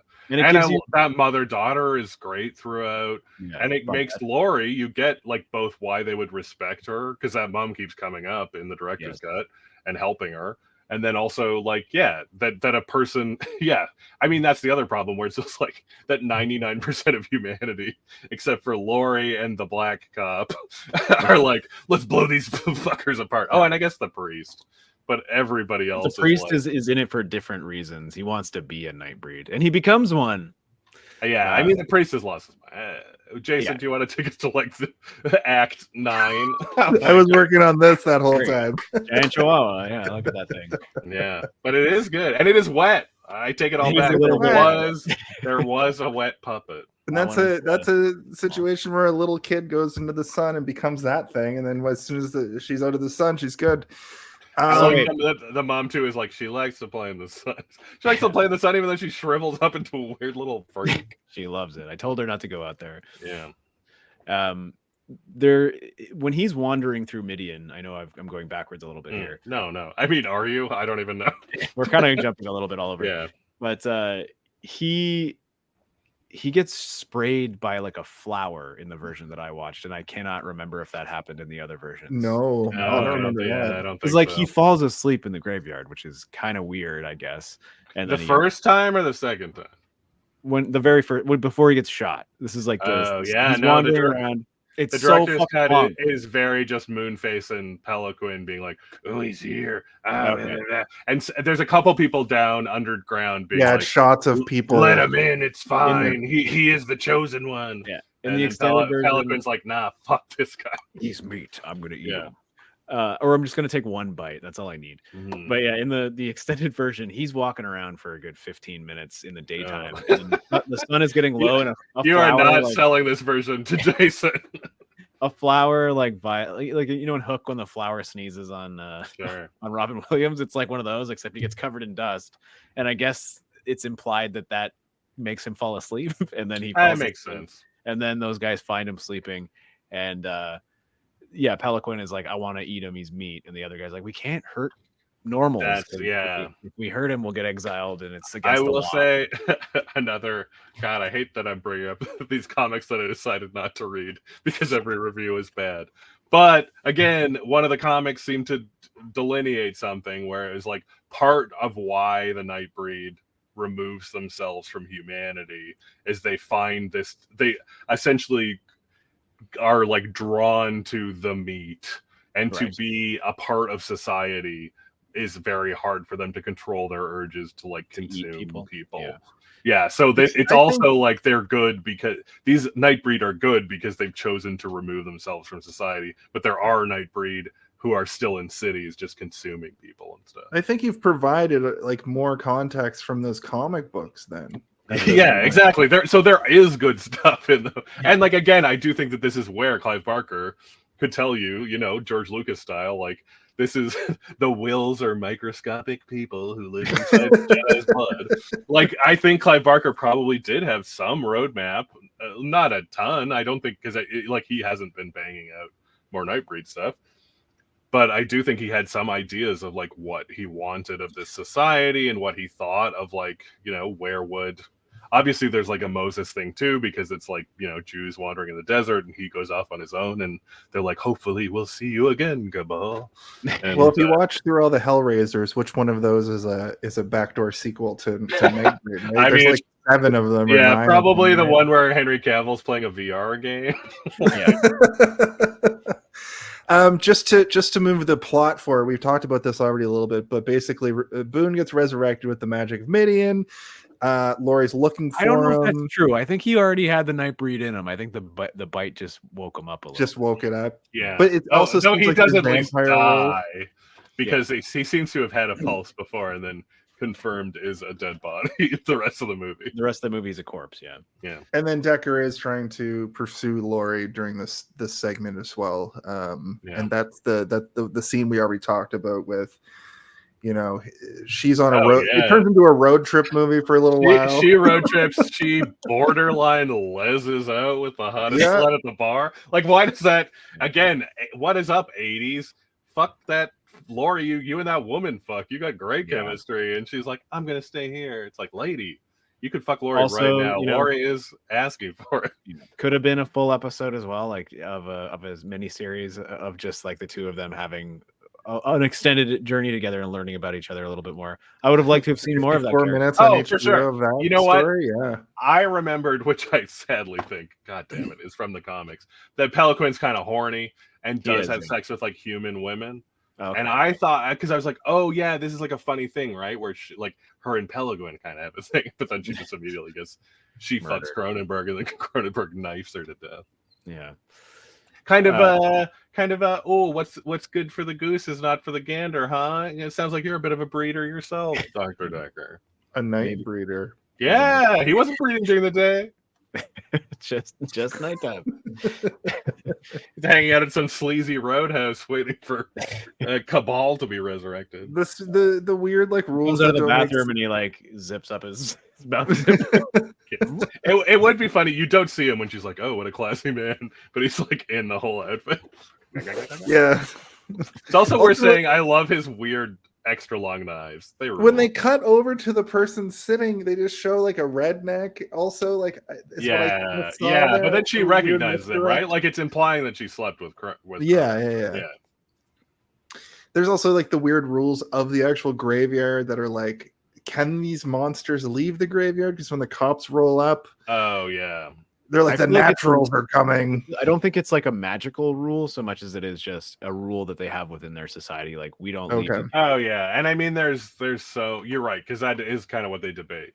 But then there's also like again, they're seeding enough good stuff where like that the weird man at the like roadside gas station or whatever, he knows the Nightbreed, and he's like, well, I knew they'd probably come for them eventually. And you're like, I want to know the relationship between weird gas station man and Peliquin, where he's like, give me some smokes.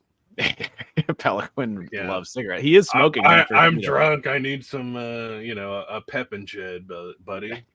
I feel like it might have also had some thinly veiled racial undertone politics. Oh, for sure. No, it's not thinly veiled. Yeah, it's they definitely are like, Decker walks up to Boone. He's like, he's got a gun, and they fucking just unload into him. Like, well, like later in the movie, there's a line where the sheriff of the town or whatever is saying like, we're killing them because they're different. What else reason do we need? And he's saying this to, I'm going to call him Captain Panaka because I can't remember anything else that he's ever been in.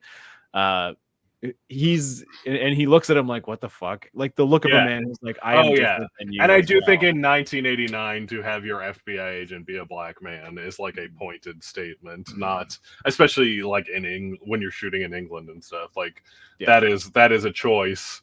And I think he is saying it. And then, I do think that again, like most Guillermo del Toro things, the Nightbreed stand in for everybody, and they are pretty gay, and they are pretty whatever else. It's basically they stand in for all othered, basically. Yeah, and all people who have like found a community that is then put upon. Yeah, and I think also just this idea of like, is it better to hide your community away, or is it better to like show yourself and fight, which again it doesn't quite do. That would be Nightbreed 2, Yeah. Well, also is it better to suck? But like Clive Barker is a gay. No, I didn't know that. Yes. Yeah, I did know that. You can also tell by the image on IMDb. Yeah, it's just him with like. Is he smoking cigars? He's got like a little vest. It's just him making but he was. I will say he was very much the kind of like Rob Halford gay guy, where people would just be like, "Ooh, that's a weird guy." Hyper masculine. Yeah. Wow. I do also think, as much as I wish Clive Barker had great health and could produce a million more things. I do also remember that he was really good friends with Bill Maher and was always on that show. And I'm like, I do think we've saved ourselves from some perhaps spicy opinions from Mr. Barker, thanks to him hiding in a castle. And we all know that Bill Maher definitely boned. Yeah. Oh, yeah. For sure, right? I mean, I don't know, though. I think a little D might cure Bill Maher's brain worms, Yeah, I think Bill Maher's fucking fell off for the last 25 years. He used to be hyper left, and now he's like weirdly right, even though he still has like a left wing view. Anyway, he just hates people who are under the age of 40. I think it's like I think that's going to happen to all of us. Realistically, I think it's better to bang before Baphomet at the feet of Baphomet than it is to just bang out in the fields, though. you know. I prefer to bang in front of the Leviathan. Yeah. My skin is all being ripped off and put onto a pillar. I mean, the Leviathan, to its credit, is a cool floating like crystal that has those chains. That's true. The chains are part of Baphomet. Though it does fuck up that doctor. It doesn't. That guy thinks Leviathan's gonna love him, and it does not. Whereas Cabal is kind of worried about Baphomet, and he's like, "You're cool." Yeah, I think Baphomet is probably a better god. I think Leviathan is like an unemotional, logical creation or whatever. Again, dangling thread I do think that the actor that plays the priest is super interesting, and I do like that it's like, listen, Baphomet blesses Cabal, and he becomes this guy, and Baphomet's blood gets on the other guy, and he becomes apparently Satan. And then it's like, I do like that it's like, which guy is right? I don't really know, because they both seem blessed in a way by Baphomet. I think Disney needs to buy the rights to this whole both the Hellraiser universe and the Nightbreed I will say, if it was with an Fox, MCU. It was a Fox movie, so Disney may own the rights to Nightbreed. That's actually, that's a good point. Yeah, and Disney was, whatever he was developing all through the 90s after Nightbreed was Disney related. Yeah. Another like strange thing about this movie is like not even halfway, like past halfway, we're then introduced to a whole new slew of characters that like have been absent or just not even needed up until this point. They're like, well, now we're introducing a whole new jail cell situation with a sheriff and a bunch of deputies and a crazy priest who's been locked up. Yeah, and also the priest, I tried to look really deep in my mind, and Steve, you're more a comics guy, though I don't know, Jason. He looks like the human version of the Preacher comic. And I'm like, did they just draw this friggin' guy? Maybe, like, he just Preacher looked like 80s, Preacher right? in the maybe it predates it. Maybe you're right. It's possible they you were saying the other way around, possibly. Like it was him, like let's just 95, like he's just like, hey, I like this niche dumb movie, and the guy that played the priest, let me just basically draw him. And I mean, that threw me off. And I was kind of like, is that a thing? And is that a thing where Clive Barker would be like, is it a handshake deal that this is the same priest? Or no, it's not. I didn't find anything, and I don't know. Sometimes you just, as an illustrator, you find something visually that you find intriguing, and you just kind of steal it and don't tell anyone. Oh yeah, why not?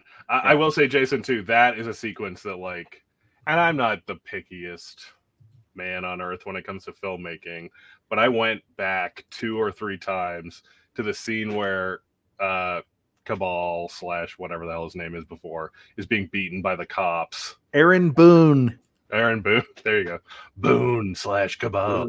And the priest is what I guess is squeezing his fist so tight that he cuts into his own paw. When he's in that room, he's doing this. The way it's shot and cut makes no goddamn sense.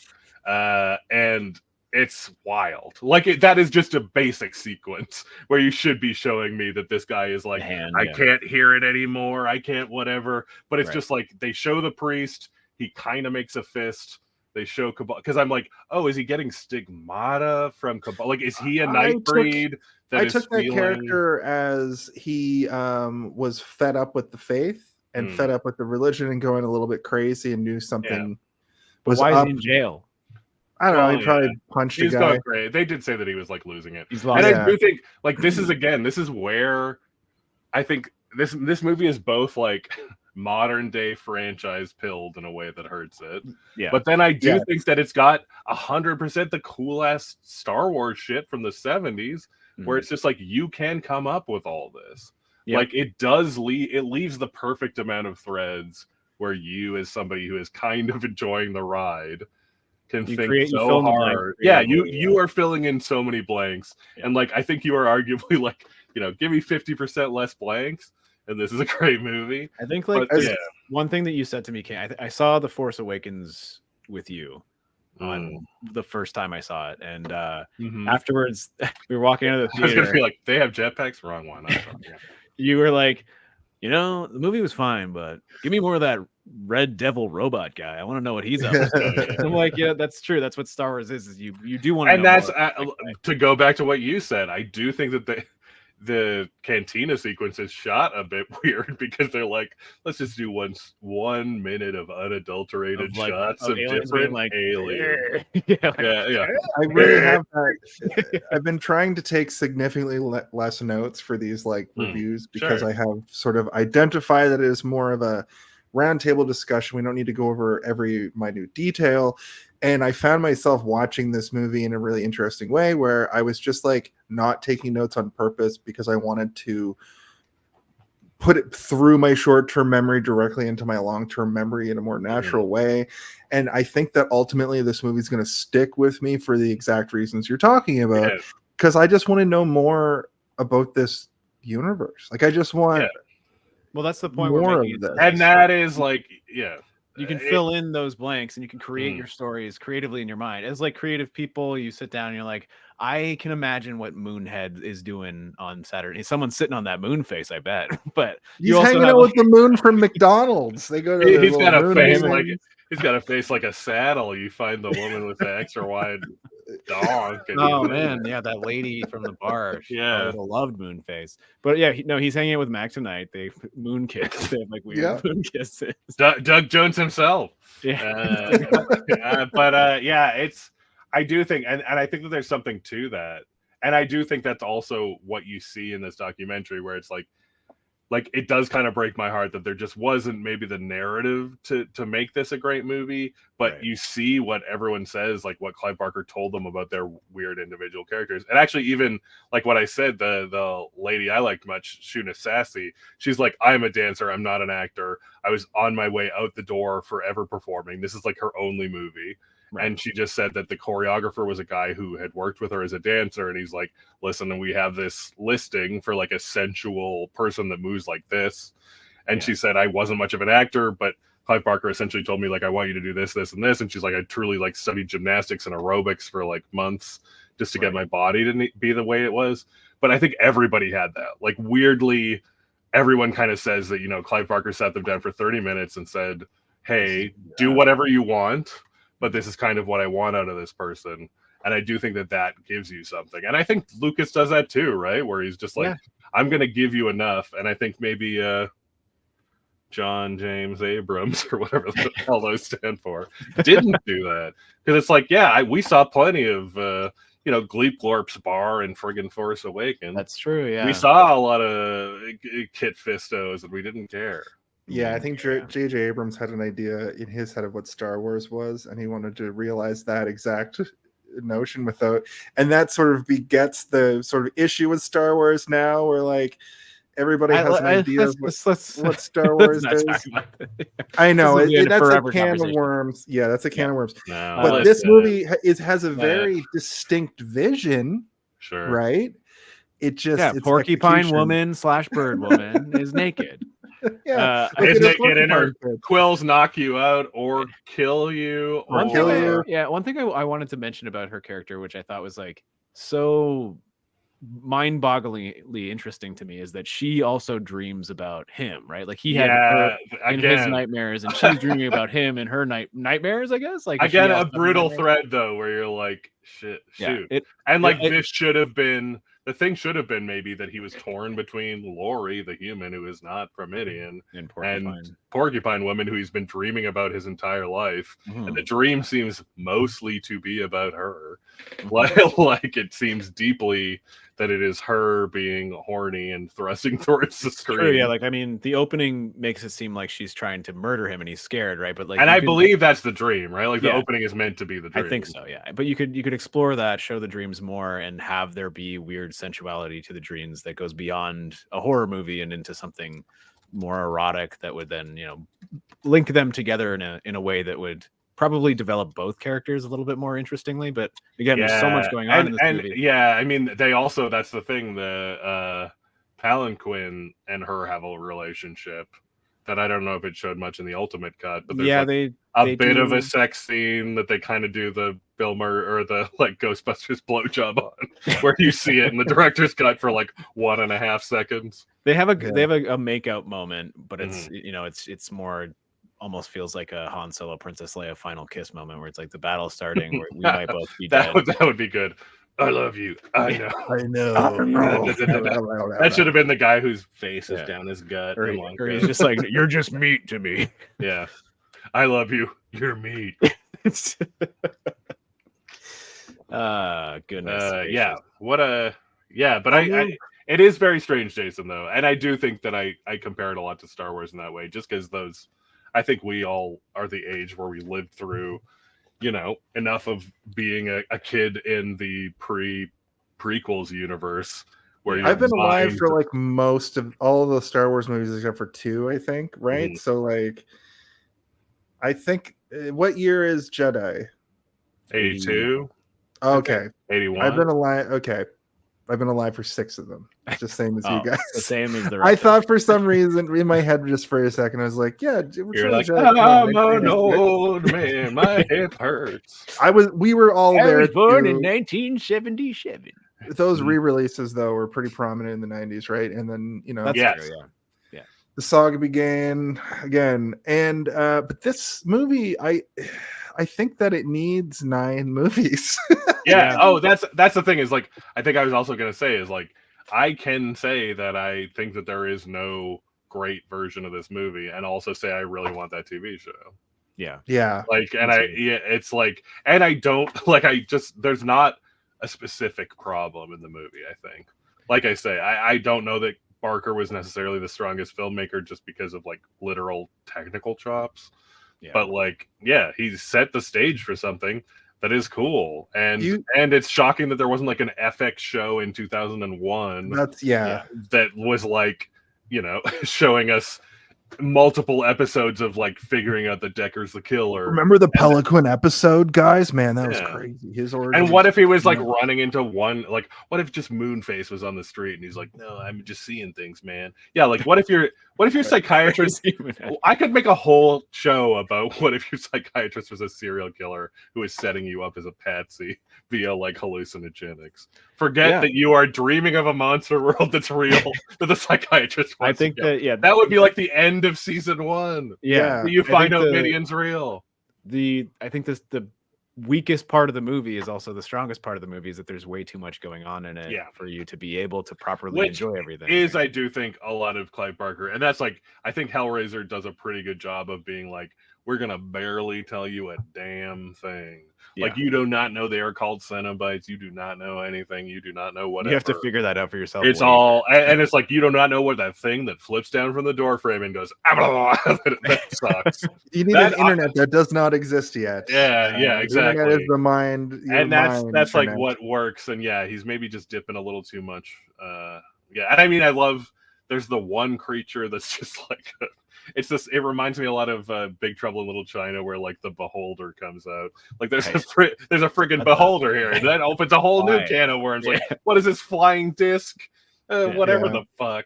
There's that kind of shit down here. This place is connected to Faerun. I was thinking about Big Trouble in Little China a lot during this movie as well. Oh yeah, another movie that is like is wacky, and they never made a sequel. And there's it asks more questions than answers, and it's a weird kids movie. But like adults were probably like, "This is not for kids. This is crazy." Yeah. Like, we don't often get the 20 pounds of shit in a 10-pound bag style narrative, and it still doesn't work. But it doesn't work in a way that is, it's the old, the Benoit Blanc thing of like, it's stupid, but it compels me. Like, I can't help it, but I don't know why. Yeah, I can't help but imagine my own adventures in Nightbreed. Yeah. No, that's why we talk about these. It's just dumb. That's why we talk about these kinds of movies.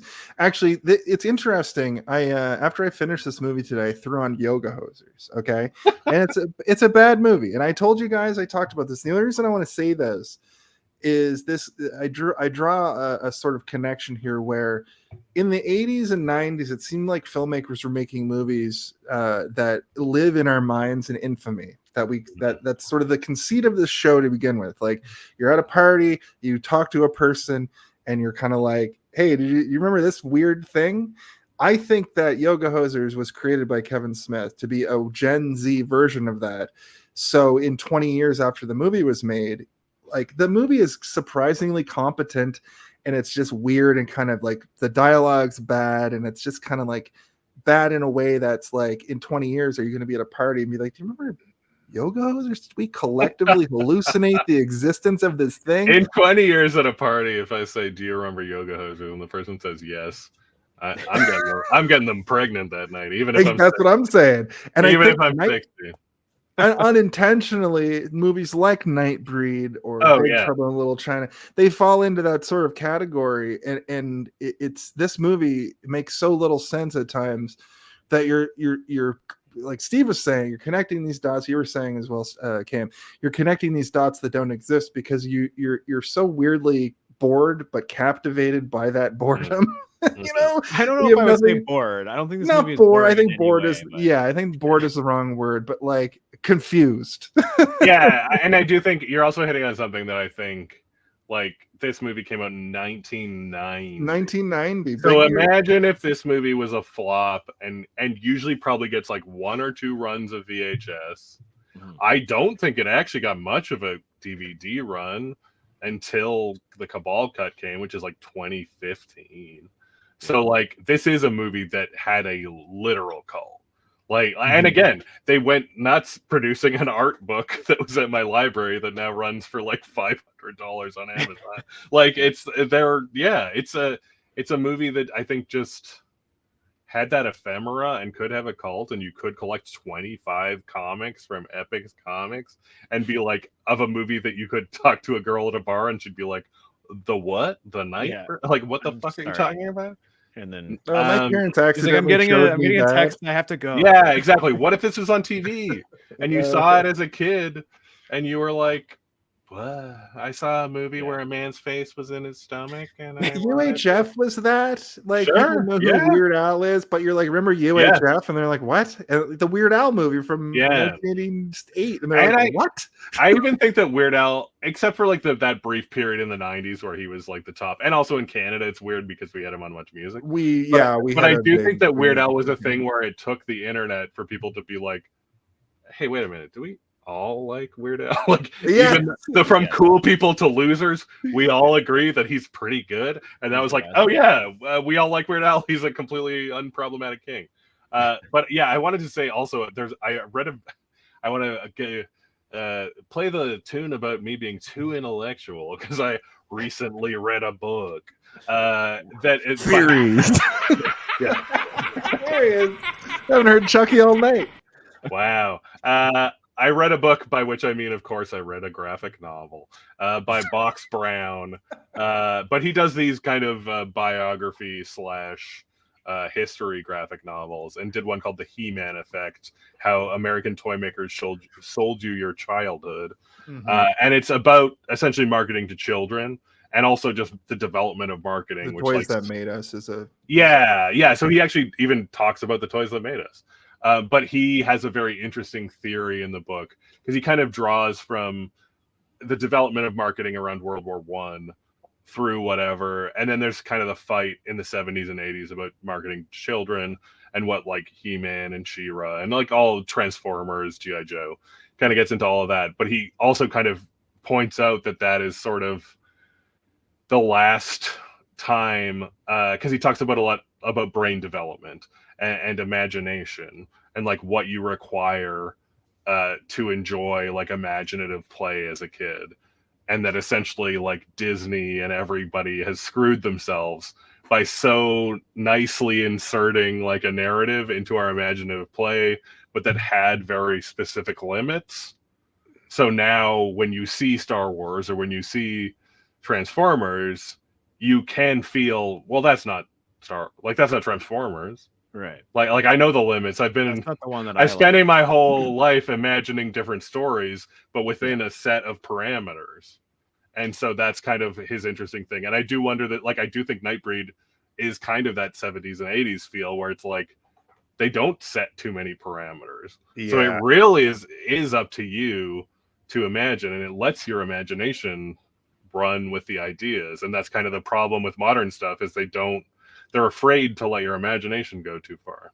I'm a fan of professional wrestling. Oh, really? I have been for about 30. Even Naked Midian? About 30 years. And that context has changed so many times. And I love this it. character existed at the height of wrestling popularity, of the all-time height of Rock Austin, Naked Midian.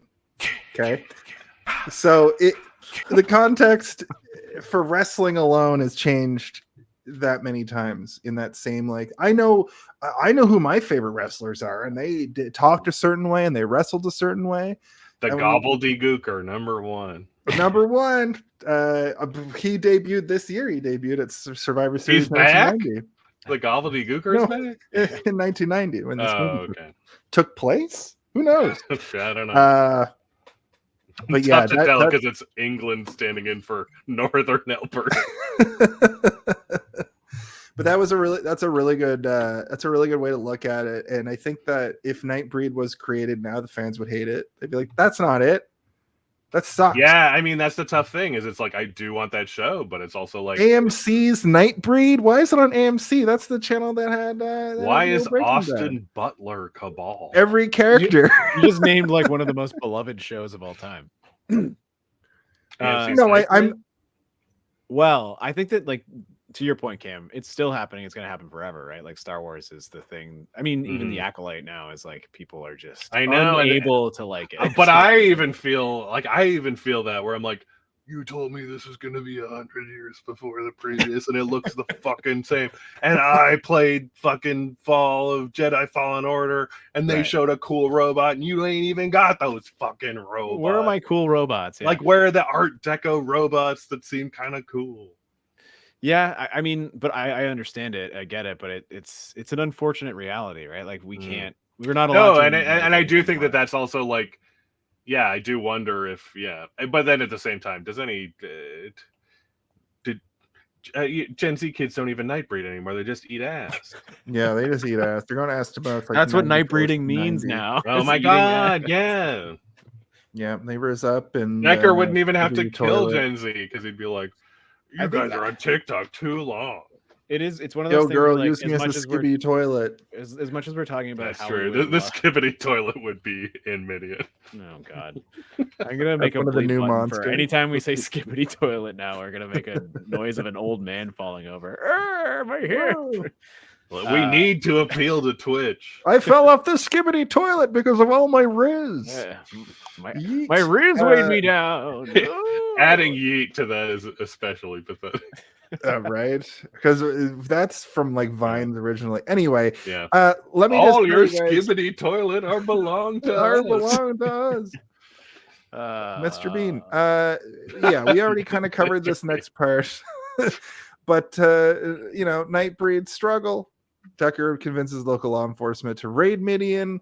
Boone emerges as the leader. He's defending the Midian from the human attackers, and then we get the cinematic battle. That the Nightbreed, defend themselves against the humans, but Boone kind of has to teach them how to fight because they're weird demons from the nether realm of the Shadow They've been down Walkers. there so long they don't remember how to fight.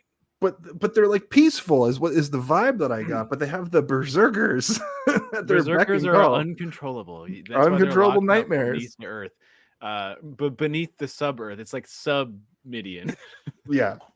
But I mean, like, they're all monsters with ways of consuming humans, and like, the guy who, I don't know if this is in the cut or not that you watched, but the guy who has little snakes that come out of his belly, there's a scene where he essentially uses the snakes as like hypnotism devices. They hypnotize a guy so that he can eat him, basically. Well, he does this thing where it's like a reverse snake charmer where he uses snakes to charm you. Yeah, they come out of his belly and then they wrap around his neck. But is that when they? So in the cut that I watched, they come up and they go around him, and then he's like staring at the guy, and then the snakes kind of go in front of him, and they have an eyeball in each mouth, and then the guy kind of like gets hypnotized by the snakes, and then I would have remembered that. Yeah, it's also the music, or sorry, the sound all cuts out at that moment. So I'm like, I think they added this, but the quality of the shots were still quite high. So I'm like, I think this might be added for specifically the version I'm watching that these guys aren't going to see right now. But it shows that they had, so you can imagine this guy this, we'll call him Snake Belly. Old Snake Belly. Yeah, Snake Belly. You can imagine like how he would use that power to devour humans if he were out in, you know, whatever his hunting ground would be, to hypnotize people, to make them docile in order to devour them.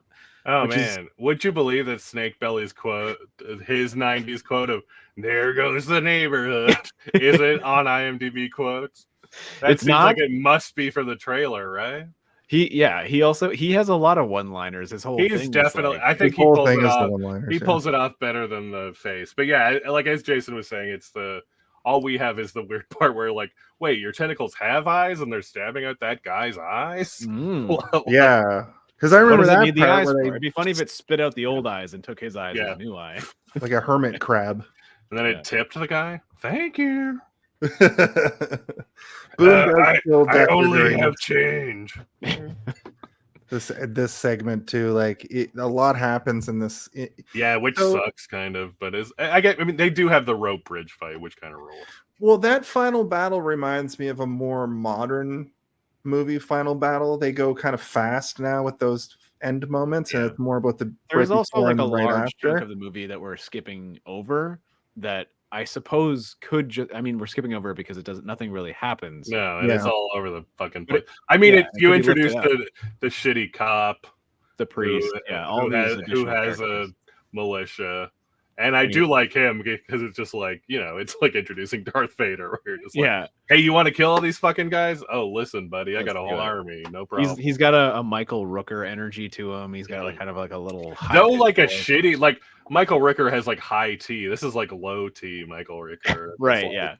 Like, you know, my wife doesn't sleep with me anymore, but I've got 1 million Claymore mines somewhere in a shack in Alberta.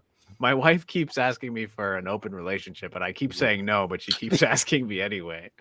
My wife dates Palin Quinn. Do you guys know what a cucking means? Yeah. And even his voice is kind of like comically high for a lot of it. Like when he's doing the low talking, he has a little bit of menace to him. Like he just like he is good. Like he seems like a creepy sadist, and actually the bit with Cabal is pretty creepy considering you're like, listen, I know that this is monster Jesus. I know he's probably going to be fine, but he does a good job of beating the shit out of him in his cell. Yeah, and he's doing it for like personal reasons. He definitely has he's just like a killer in my neighborhood. Yeah, exactly. And I do like the weird bit with the cop and the doctor, where the doctor's like, this man has no pulse, he's dead, and the cop just shoots him. Because he's like, oh shit, I can get away with even worse police abuses? No problem. He's already got a couple of bullet holes in him. Yeah, real ACAB movie for sure, except for the one FBI agent. But I mean, also there just to continuously hard pencil underline, you know, humans are the monsters here, not the monsters. It's the humans that are monsters. It is funny that also that last battle that we were talking about has both the FBI agent being like, hey, this is fucked up, and the priest being like, there are women and children mostly. Most of them, There's a couple that can kill us, but the most of the people are running to hide from you. Just you know, we might hit a little harder these days, but you know, I'm not saying anything. Twitch, don't worry about it. Don't say it. I'd also like to follow Hassan Piker for more information. I'd like to point out too that like all of the monsters in this whole universe are fucking sick and twisted nightmares. And when Cabal changes, he's just like still handsome. I do think that kind of sucks. Yeah. Especially when he's like, "Don't look at me." Should have got. Wait, you're just a shirtless hunk. Yeah. I don't know if it's because they designed all of the look of Cabal before they had him, you know, to work with. But they should, the way that his face is shaped as an actor. I don't know if you've seen him recently. He looks more or less the same, you know. Just and again, it's a funny one where I'm like, he's kind of an actor that is just like fully fine. Like I don't think he's a bad actor. I don't think he's a great actor. It seems like he's more of a theater guy, but very, very handsome. You can't deny that. He's like a handsome leading man type. But he also has this sort of like large, lower jaw, right? Like Yeah, he's got like, that big lantern butt jaw. Yeah, yeah, he's got like his head is shaped like a shoebox, but like it's in a good way, But it seems in a good way. tailor-made. I wanna fuck that shoebox. His- What kind of his- shoes you got in that box, mister? His face Hey. seems built to have orc teeth. Like he should have big orc teeth that come Yeah, out. I see it. Am I know wrong? you're Wow. Am I No, wrong? you're This absolutely correct. this whole chat has devolved into DeviantArt so quick. I want Do you know him who to he have kinda looks under like to jaw me? tusks that come up like a warthog. I think he should have warthog teeth, and I think it would have made it Nightbreed look cooler. He But kind of looks like Steve Ranazasi. Oh yeah, for sure. He's like handsome That's Steve what I. Ranazasi. Yeah. Yes, exactly. Like less freaky looking. No, He's yeah, not that and freaky looking. and he also never claimed he did 9/11 or whatever. But, No, he said he was in the building during 9/11, and that's why he got canceled. yeah, he got And he wasn't. he took a warp Look at whistle this. out of there. look at Yeah. that. You're telling me that some bottom jaw orc teeth wouldn't let it make him look cool as heck? I don't know. That's just me, but No, it's Was true, it- and I Was do. the demon character doing blackface? That's a conversation. I mean, there's a couple. Palanquin, I was a little shocked to find out that was a white British man. yeah, It was funny when you're like, Tanaka's in this, and I was like, oh, Palanquin. And then I was like, oh, no, it's the cop. Okay. Yeah. Her.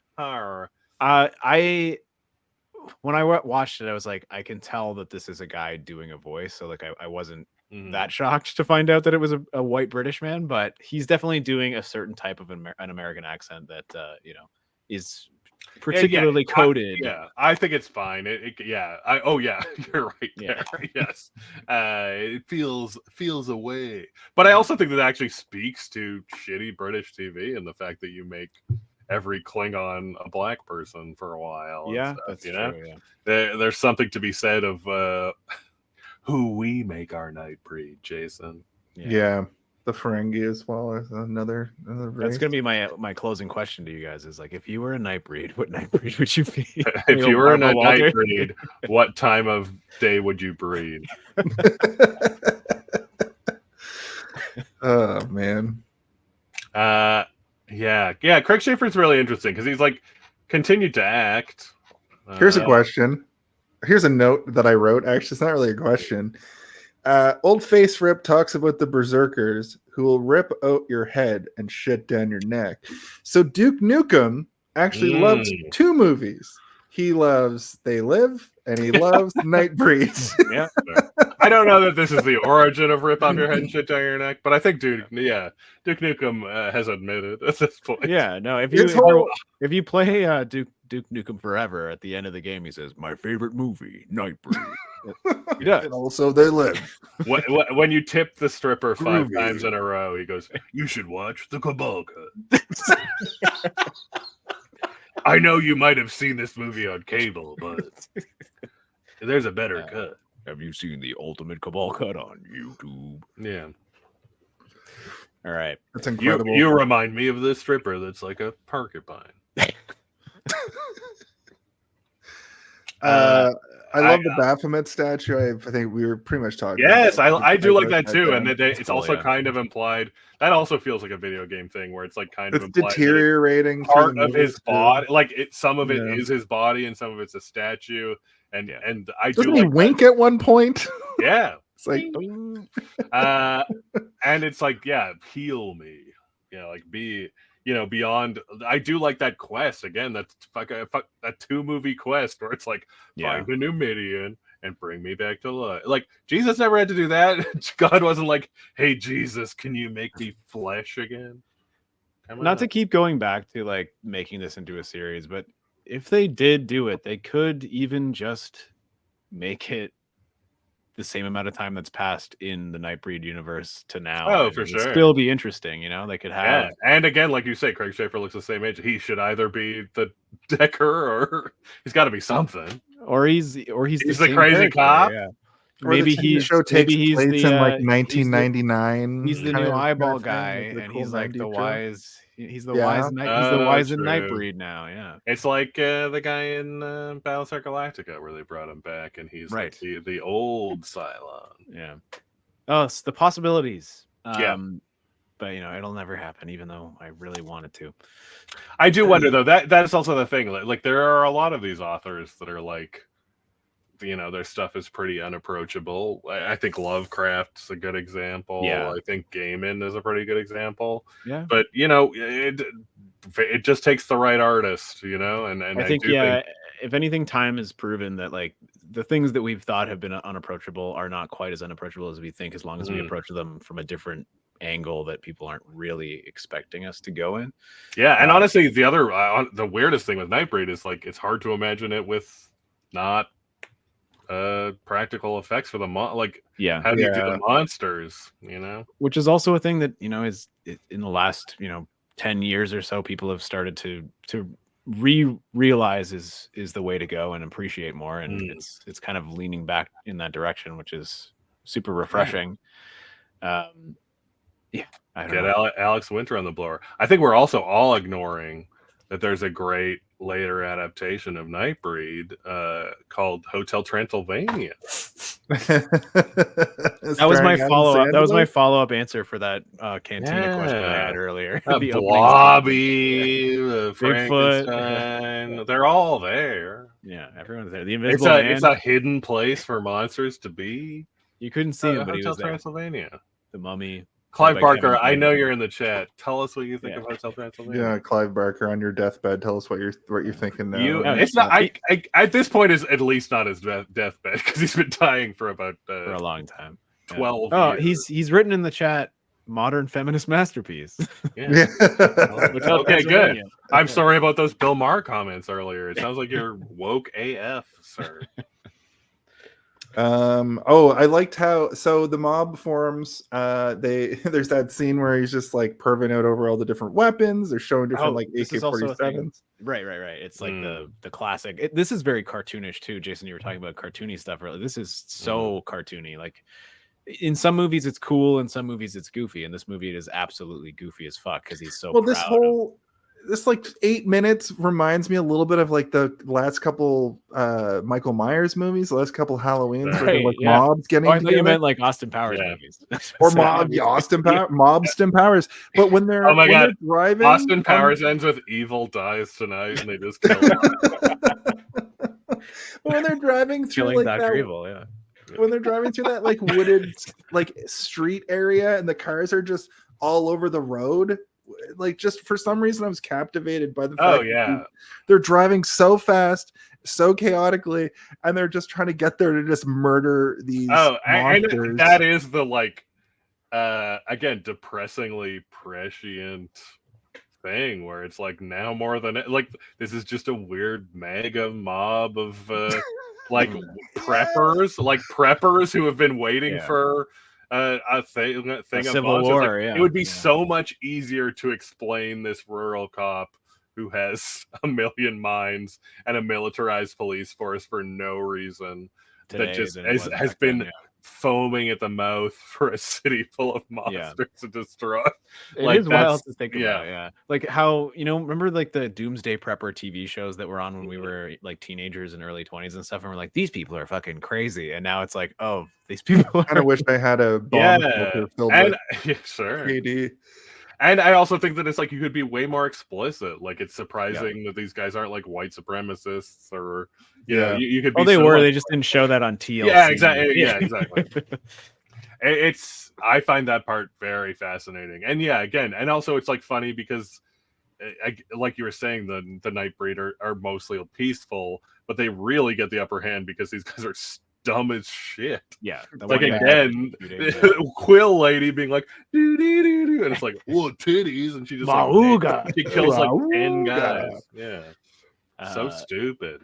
Just shoot the monster. You've all got AK-47. But then so this is another thing is this also felt added, but I couldn't be certain.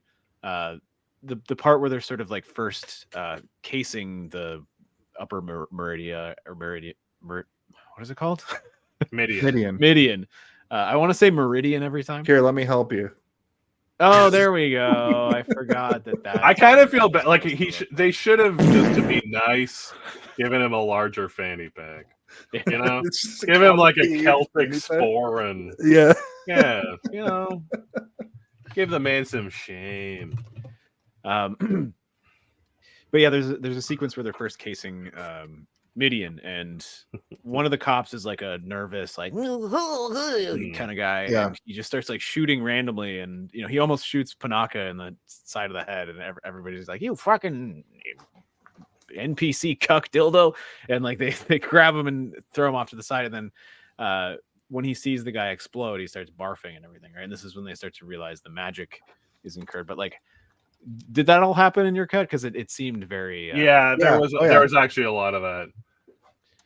Yeah, at one point the Michael Rooker like main local cop guy calls the priest the F slur also, which is we've done a lot of movies where we were expecting that word to come up.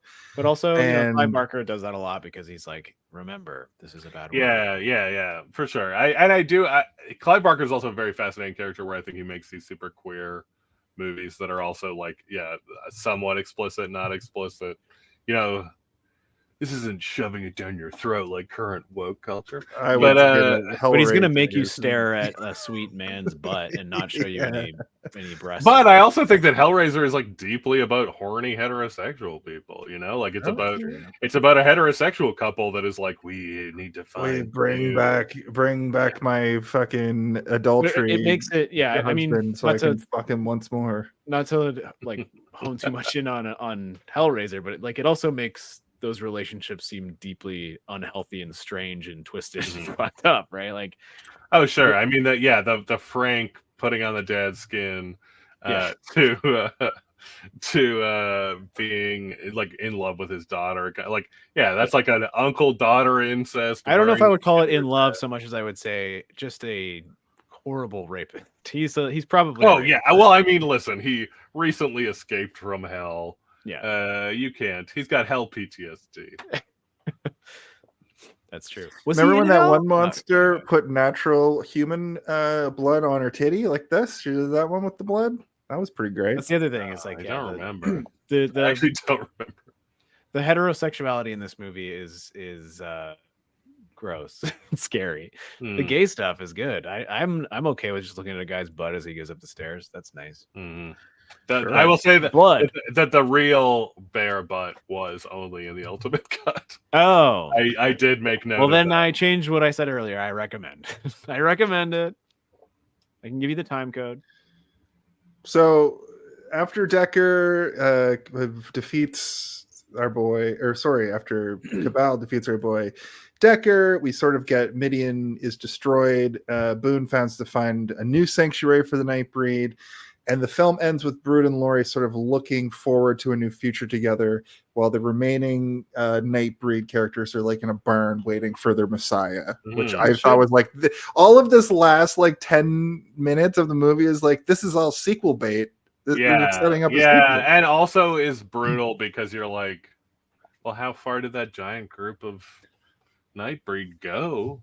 Because like in our cut and probably your cut, it has the ending with Cabal turning Laurie into Nightbreed, right? To save her, which is also awesome on her part. Where she's like, "Oops, I fucking killed myself. I guess you got to change me into Nightbreed."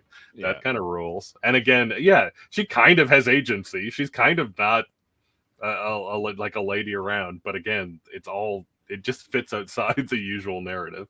Well, he's like, I'll come back for you, obviously. And she's like, when I'm 90 and I'm like, I do like that too. Which is like, you're immortal.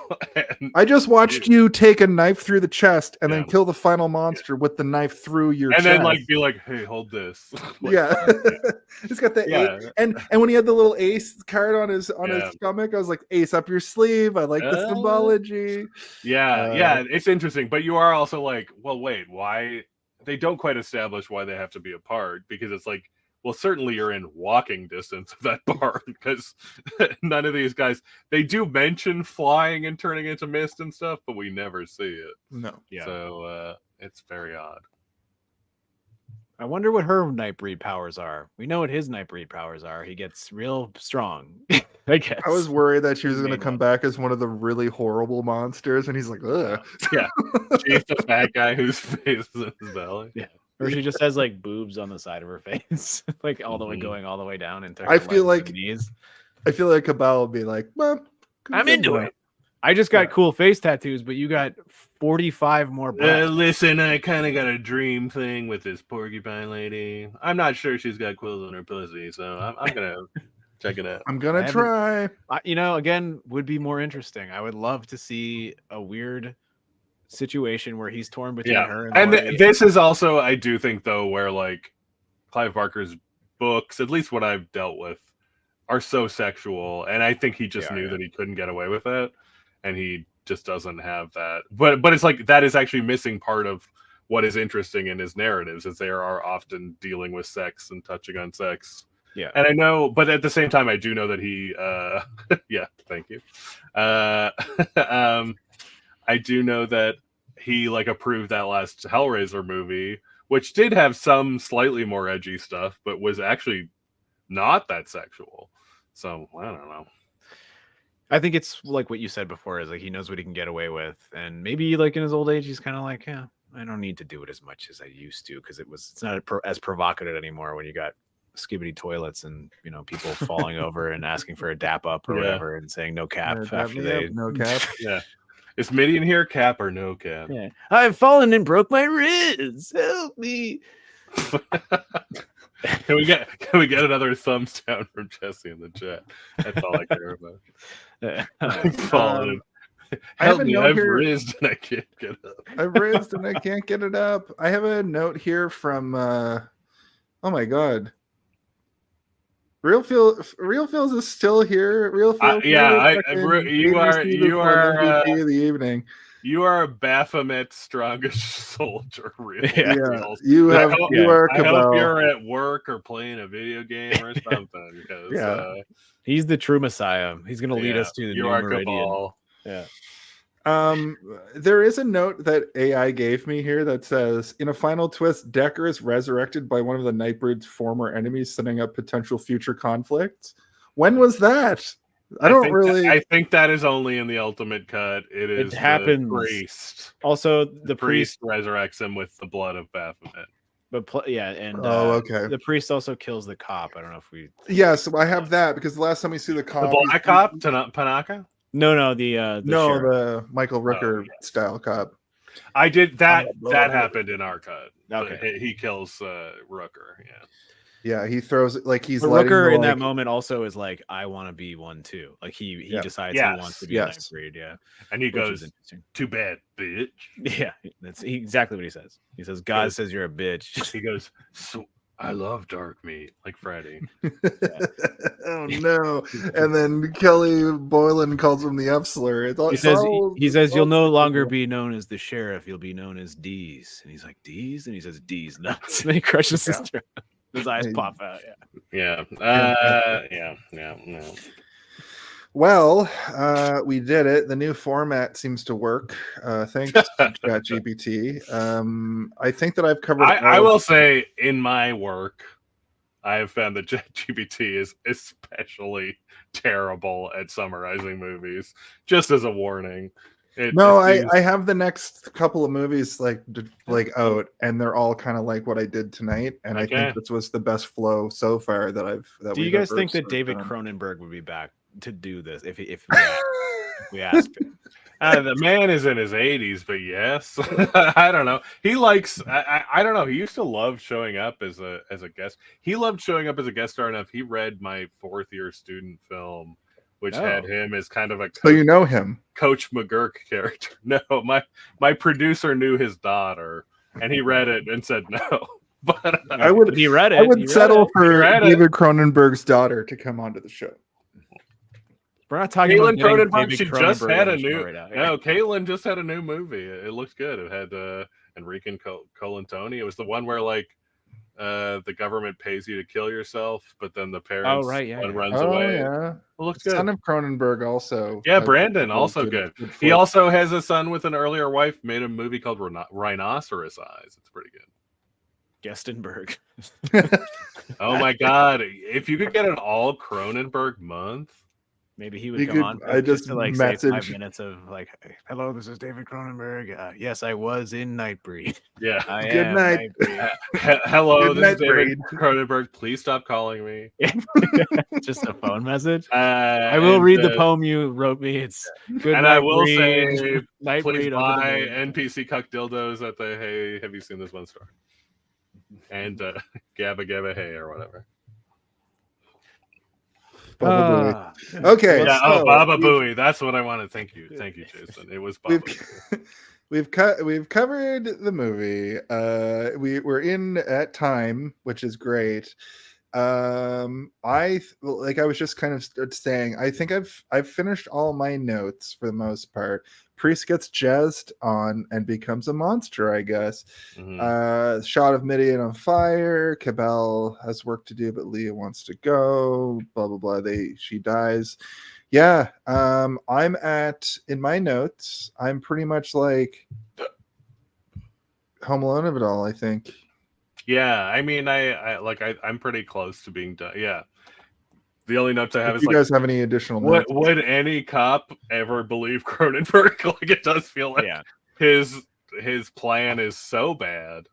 And especially the like, he's got a gun and jumps out of the way. oh, and I just do. runs I straight do think shooting. cops would believe that. I mean, I do also believe that all His cops that hands is, are already up. He's like, my sorry, hands are clearly empty.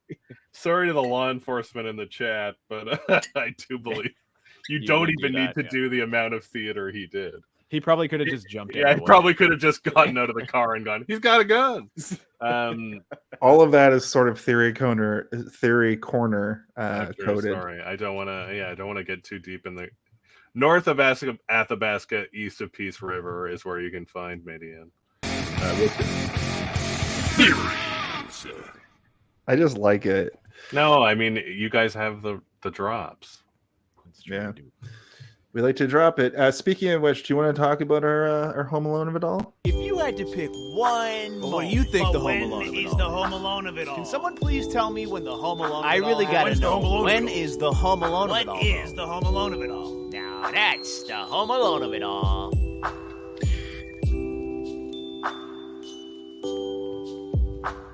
It is weird that we have a Christmas song in every episode.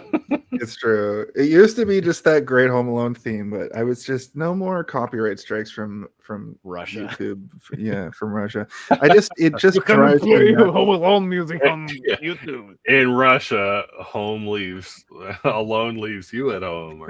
Yes, perfect. The rules are simple. There's no rules. Basically, in the film adaptation of the book Home Alone, when Kevin McAllister slaps down the blueprint. Is this AI again? Yeah, I'm reading this directly from AI. No, basically in the movie Home Alone, the part we're all there to see is how Kevin McAllister destroys his opponent with horrible traps. But really the conceit of that idea that I sort of came up with is that every movie sort of has that moment that you're sort of there for, you're there to see. Over the years now, we've sort of posited that it's sort of the beginning of the cool part of the movie. It could be the trailer moment, or even just sometimes it's the third act, But why you shake your head no? In this movie, it's the 15th act. Yeah, Third yeah. act. But with that, and you've done this before, Cam. Since the guest always goes first, what's your Home Alone of it all for this movie? You guys are monsters making the guest go first. Yeah. Well, first let me say, I feel like I'm at Outback Steakhouse because it's no rules, just right. But I do think the Home Alone of it all, in spite of there's a few Home Alones of it all. Agreed. I would say that it is when the cops attack Midian. Like, you do just want to see all these guys off the leash. And maybe even, as much as I think the behemoths are stupid, once they mention, once they mention, let's release those berserkers, you're like, yeah, I want to see them out. Yeah. So it is the fight, and I'm just seeing all the guys use their powers, and even what I would say, maybe it even starts at the kind of prison break with the mom and Cutface Narcisse doing their fun attacking cops. Once cops start dying, I'm all in, baby. Like conversationally wise, I'll just go next because it's the same. The Siege on Midian is my Home Alone at all. But I did make a note very early in my notes that the second he fucking like starts tripping out and starts seeing all kinds of crazy shit, that was it. But I think that this movie excels when it makes the most sense when the cops are like, we hate those Nightbreed. Let's drive as fast as we can in a 4-car row down this country street and kill them all and crash our Jeep right into Midian itself. Yeah, and I do think it sets up the like, what if humans find Midian? And almost immediately is like, humans fucking found Midian. They're coming to kill you. They're here already. Yeah. How about you, Steve? I do agree with you guys that is when the movie really gets going. But for me, you also watched a 3.5-hour version. Yeah, so there might be a little bit more nuance. For me, the movie never got. Yeah, there isn't one. It's for me, the Home Alone of it all is when I went to bed after watching this. For me, it was being home alone, just being home alone the whole time. Ultimate cabalka. For me, I'll go with the first time I watched the movie because I didn't know anything about it. I didn't even really look into it before Cam, you had recommended it to me. So for me, the moment that the Home Alone started was the moment that he cuts his face off, and he starts talking about Meridian, and he's like, I need to get back there. And that's when you start to realize that like Meridian is real. It exists outside of the confines of this graveyard. It exists in your hospitals. It exists in the streets around you. And it starts to unlock the mysteries of the movie for me. And it made it far more intriguing. And that's when I started to really get into it. I felt it kind of difficult. Even seeing Paula Quinn and Moonhead, I still was kind of like, okay, I like these guys. They're interesting and cool. But that's the moment where I was like, oh, it exists outside of this place as well. And, that's when the lore of the world that was being created kind of got to me, and I was like, I'm sold. I'm Home Aloneing it all right now. I feel that, and I would also say that I am almost, if I think back to like the first time I ever saw it, it's the Cronenberg killing the family, where you're just like, okay, there's a serial killer, there's a guy. What is even before the monsters? I think that you just want to, and it's building up of this showdown. It's doing the like Reacher thing of like, wait till Cabal and this mask kills Button Eyes. I want to see Button Eyes Zipperhead. If that sequence where he's killing the family is 3.5 minutes long, I could probably put duality to it. I push my fingers into my eyes, and it might be the perfect Slipknot video. Honestly, based on those masks you showed me of Slipknot, Slipknot's into it. They're in. I do also like. I wanted to say about that scene where he's cutting his face off because we didn't really talk about it. Get this out of here. Sorry. That's guys. Yeah, when he pulls off his face, you see the sort of like lizard skin underneath, right? Like this weird monster skin underneath it. And that is mysterious on its own. And nobody is really commenting on it. The doctors, the nurses, they're just kind of like, he cut his own face off, or they thought that he did it, I guess. Yeah. And Cronin, this is another one where it seems I thought it was meant to be muscle, like the. But no, there's some sort of monster face. It looks like a monster, yeah. Yeah, it's got like scaly. I also feel like that's the interesting thing where I don't know if your cut had.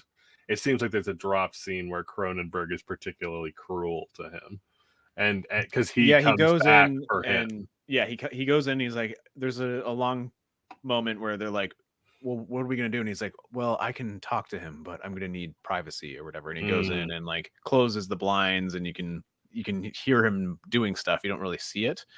But you get the idea that later on there's a piece of dialogue where he's like, you made me say things that I never would have said had you not made me do it.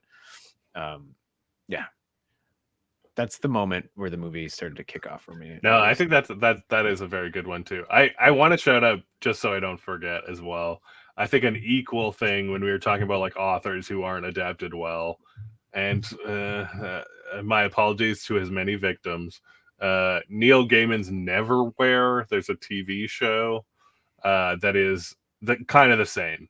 where I'm always like, somebody remake this, somebody make a movie of Was this. Neverwhere the one with the like mysterious doorways to a different dimension? Yes, I where think essentially you're I like read that book homeless a million years ago, and yeah. you're trying to, and like once It's like you pretty punk.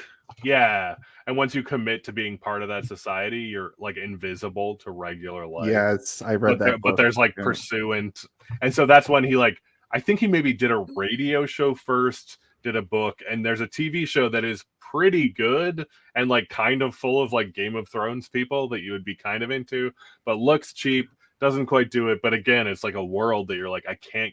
That is like a world I can't get out of my head. I can't stop thinking about. Somebody should redo this. It's so good. I read American Gods, and then I read that like when I was like 22, you know, so I was like, this is affecting my whole reality. Yeah. I watched Zeitgeist around that time. Remember the movie Zeitgeist? Oh my god, yeah. Oh my god. It Yeah, just that- my door. It's all the way down, man. Yeah, another one. Did you ever watch Gorman Gast? That weird one. yeah, I have watched yeah, Gorman Guest. yeah. Yeah. Yeah. That's like Also, the like where you're just like, I'm gonna show you the tiny corner of a fantasy world where you're like, I want to know everything. What are you doing?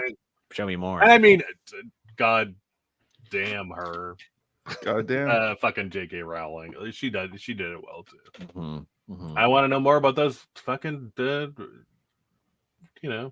What about Ascaria, Cam? No, elves. Yeah. I mean, Ascaria is a book that's coming out. I've learned between enough. 4 and 20 I've learned years enough. from now. I'm tired of Ascaria now. no, I just played Callisto Effect and was like, oh, this is a real Steve game. Yeah, I started playing it as well. It's Dead Space, but it's not starting as it's starting a little bit too in your face for me. Extremely generic, I will Yeah. say. It does not come up with much new. But I was like, Speaking of games, do you guys want to play a game? Do you want to play a game? Oh my god, a game! Are you talking about the game?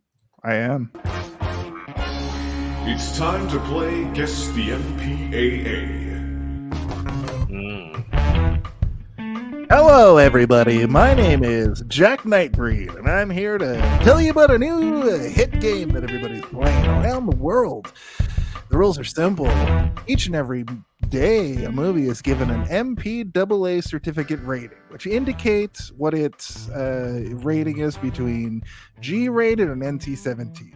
But don't worry, that's irrelevant. On this game show, there's a 5-digit number. Okay? 2 of those numbers I'm going to give you.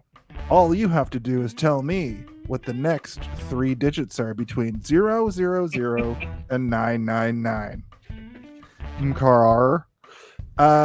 We've changed the Why rules have a you little bit. adjusted this like affectation to your I don't know. Jason just really loved those recent South Park specials that are Jack Nightbreed doesn't specifically trying to Well, murder not Kathleen Kennedy. It's not Jason, it's Jack Nightbreed. Oh yeah, I Jack forgot. Nightbreed. Mr. Mackey, yeah. Cam, since the last time you were on the show, the rules have changed slightly. Before I don't even remember the rules of this originally, so don't worry. Before I You would get go back one and more forth guess twice. than you did last time. Yes, last week because we added that, Steve got it correct. He's the only person ever got it That's correct. insane. in probably 30 episodes of us doing this. Yeah. So basically, this week, also inconsequential, the first 2 digits are 30. But Cam, Okay. as the guest, you go first. Give us a number between 000 and 999. I'll tell you if it's higher or lower. 30562. No. Oh. That's making it more complicated. You're making it more complicated. 562. Crow. Lower. It is lower than that. Yeah. I'm gonna go with 300. So 30300. Yeah. Lower. 30248. Lower. 30199. Cam, for your final guess, lower. 30069, my brother. Steve, higher. 30121. Ooh,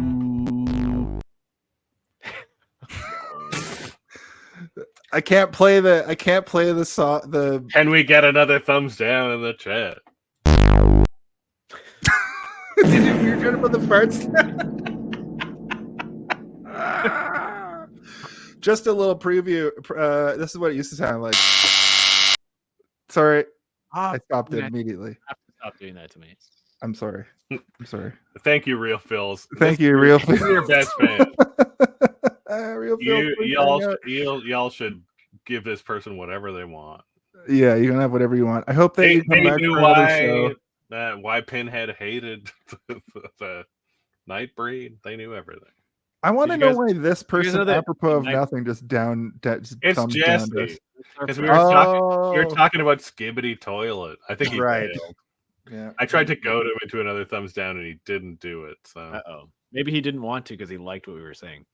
yeah, he was probably like not enough Skibbity On Toilet. principle, I cannot give that a thumbs down. That's probably it. Hey, Steve, why don't you hit us with the final thoughts sound? It's time for our final thoughts. I don't know. It's fucking late. Hit us with your final thoughts. No, the just final thoughts. Guest goes first, but if you have like a rating, if you want to do as well, that's perfectly welcomed. Yeah. I mean, I can do it pretty easily because I did a letterbox. I think I'm just myself on letterbox. Cam Malin. I said Not time for plugs yet. Sorry, no, I got other plugs. I'm doing personal plugs.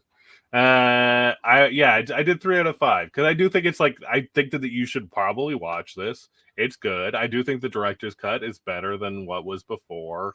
I know it's like it's nonsense no matter cut you watch, but if you throw it up on Tubi, I think you might get inspired and excited. And yeah, like I do think that there is this weird thing. Maybe I'm just fucking old millennial pilled, and I'm like, this is good. But you know, I'll bring in my 21-year-old Gen Z girlfriend, Gen Alpha. We'll talk about it. We'll see how it is. Age gap discourse. Thigh gap, more like. Well, no, thank you. Okay. I want whatever the opposite of that is. That's just Nightbreed. What I want is Nightbreed. Yeah. Porky. Thank you. My hinge is specifically set to Midian. I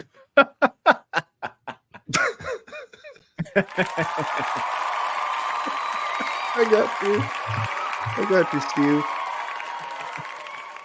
I like the idea of a dating app Midian is your choice. Yeah. I only want Nightbreed. Yeah. All right. Steve, what are your final thoughts for the hit film Nightbreed? Also, how have we gone 3 hours and 2 minutes in that gun? Working on my night moves. Yeah, I put that all over social media today.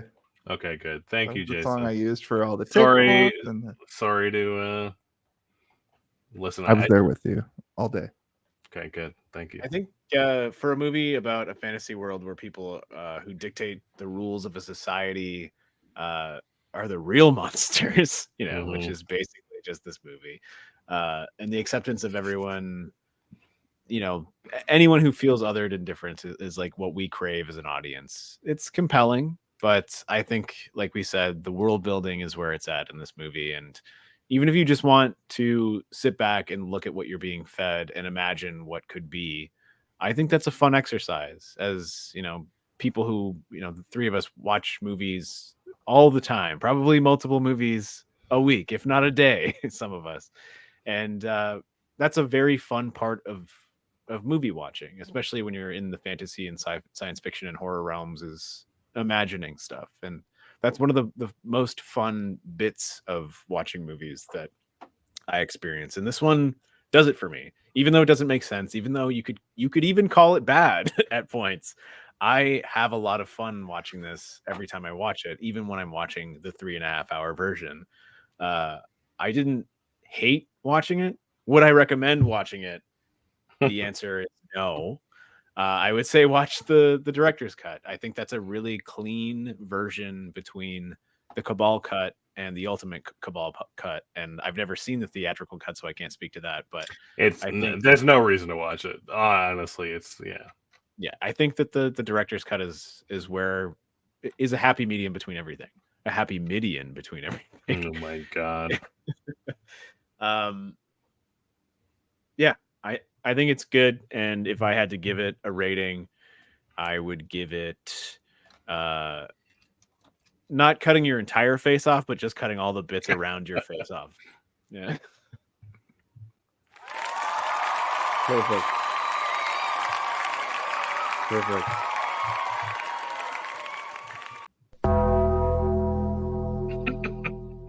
Also, thanks, Real Feels. I mean, I don't want a meta game here, but Real Feels and I just followed each other on Letterboxd. So, Oh my Whoa. god! Wow, you, that's a Jason. deep cut. Can you guys follow me too? Yeah, follow me as well. I haven't updated in a while. Anyway, You gotta say I- what your username is, y'all. That's true. I think was it's gonna like plug it it's again. probably Hey Did You? I think I put Hey Did You See This one, but like it doesn't. Mine's Boba Blackfly, like It doesn't BOBA reflect both of Blackfly. us. I Yeah. bet you guys don't even have pro accounts. I know. don't. Why would I spend money? not a on pro. that? Oh, Amateur. you found me on there. Oh my gosh. Oh my goodness. Oh my damn. Thank you. I'll follow you back. I'm gonna go back. I have so Real Feels. If you follow me on Instagram at Spider Hero 9000, I think I review movies there like separately from all this. Which brings me to my review of this movie. I wrote a whole thing. I usually don't have a lot to say when I do this part. Like usually I wing it, but oh man, I had a lot to say. I think this is a good movie and has a lot of good ideas. I can almost guarantee the book is better though. There are 4 versions of this, which indicates there are a lot of ideas being left out of the version I watched. And in here I made a note, maybe reference stuff we all talked about as far as what was left out. And I think we kind of covered that with Steve watching the Ultimate Cabal cut, Cam being familiar with the book and the comic books. I think we covered a lot of ground here tonight. The version I watched was a fine film and tells the story in a way that makes sense. It almost feels like a superhero or a fantasy story, which is fine. I feel it felt a little disjointed at the start and doesn't give a whole lot of meaningful setup that is paid off, and it rushes into the story. But I think this is okay for like what this thing is. And then I stop that idea right there and talk about how I liked the score a lot. Danny Elfman did Beetlejuice and Batman at the same time. I really enjoyed seeing the large amount of monsters in the movie. Is all practical. A remake of this with a more clear vision would be greatly appreciated. I think it sets up a sequel that never came, and wonder what the book covers as far as that goes. I also gave this a 3 out of 5. Interesting, Cam. The 3.5 hour cut is probably unnecessary, which I wrote even before I heard Steve talk about it. And then I give this movie Cabal from Nightbreed versus a Cabal from Mortal Kombat in the Land of the Espers stage from Final Fantasy VI.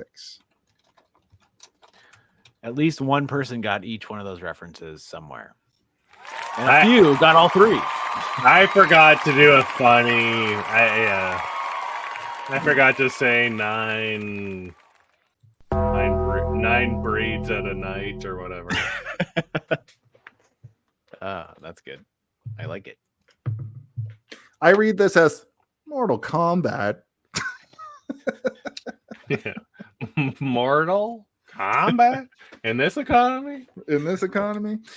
So I guess that's the show tonight. What a great show. It was fun to tackle a weird movie with you guys. Yeah, I liked that we had stuff to talk about this time, unlike last time where we were like, should we just but also the next time, number 1, no fucking Craig Sheffer. Number 2, let's maybe do a good one. Yeah, go back and watch our Fire in the Sky episode where we struggle for less than 2 hours to talk about it. And a movie that I also think deeply affected my childhood and my brain. But also Cabal is in that movie. Yes. He's the fire in the sky. Oh, wait, he's no, he isn't. Johnny. No, he's like the fire in our Fire's, hearts. like He's the guy brother. who he drinks a lot of fire water. Is that okay to say? I don't think I don't so. No, it's know. not. No. But just before we get out of here, Cam, tell us about things that you have coming up, going on. What are your plugs? What are you plugging? Yeah, I mean, I have a whole lot. I work, if you're in Canada, I work for the Canadian TV channel Hollywood Suite. We are available on cable and on demand on Prime Video. If you're not in Canada, just because I know the only person who may be listening is Real Feels Podcast in Bakersfield, California. If you go to hollywoodsuite.ca/originals, you can see a lot of the content we create. My main job, which is documentaries about film history and both showing pop culture and film and how they relate to one another. And we also have a podcast, which unfortunately we lost all our grants to.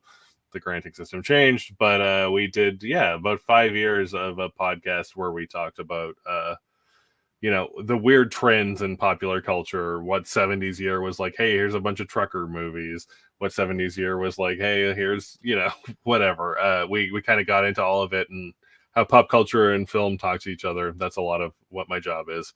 So yeah, Hollywood Suite, a year in film, both in video and podcast form. And you can find Hollywood Suite, SUITEE. No E. I don't know. I fucked it up. But it's on every platform. And my cool Skibbity Toilet Gen Z coworker does all our TikToks. So. And I like each and every one of them. They're fun. She gets it. She gets it. Thank you, Cam. I appreciate you taking this ridiculous amount of time to talk about a ridiculous movie. Listen, I regretted it, but also love you guys. And maybe we found in our... I've had many failed podcasts. We used to find that when a movie was actually really good, it was tougher to talk about. So we both can identify with that. Our best content comes from when we rip a movie apart, but this was that fine line where we liked it, but something is good in there, but it's fucked up. Yeah, I mean, I think we all agree we want to see a miniseries at the very. I would watch the shit out of a 10-part. Are you listening? FX on Hulu. Yeah. Yeah. Steve, what do you got boiling up on the old Proctor pot? The fuck is a Proctor pot? Well, I'm slowly infecting YouTube as a voice actor. If you guys want to check any of my work out, Arcane Archives, Dr. O, and Darth Theorist is probably the most predominant. I am doing tons of that right now, but you can also follow me on pretty much all social media platforms at Boba Blackfly, BOBA Blackfly. I'm an illustrator and a writer and a voice actor. I do it all. If you need anything, call me, message me. I can do it for you. I promise. A Nightbreed promise. I'll give you some applause for that. Out of the three of us, I probably did the least amount. This is kind of my main thing here. Hey, did you see this one podcast? We go live each and every week on mainly Twitch at 8 p.m.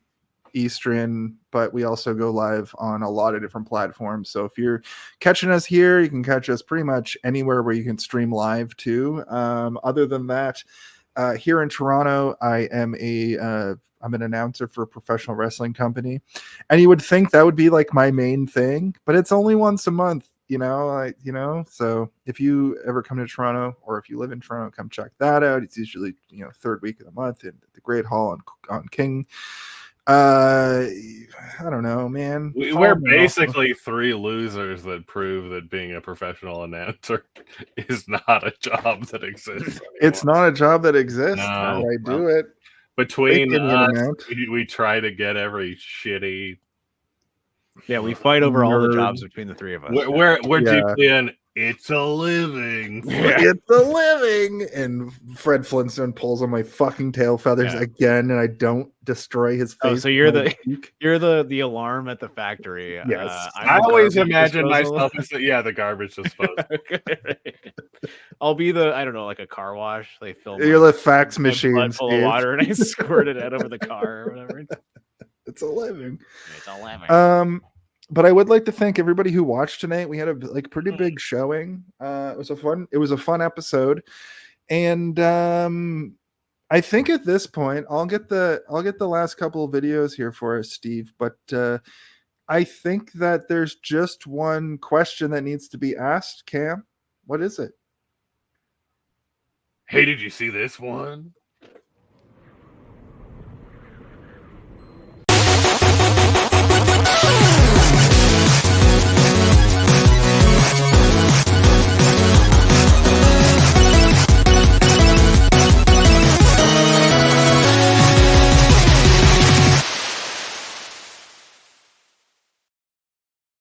I don't have the spooky version loaded up here. I don't think. Oh, that's why I was wondering what you were doing there. Yeah, I'm sorry. Well, that happens. I was just checking my grinder and someone says they want to Nightbreed me. Do you guys know what that means? Beam up some Star Trek content with Live Long and Podcast. Tune in to X-Rated, the X-Men animated review show. Artistic interviews with graphic histories. A roundtable movie discussion with Hey, did you see this one? And movie reviews with Hold Up, a movie podcast.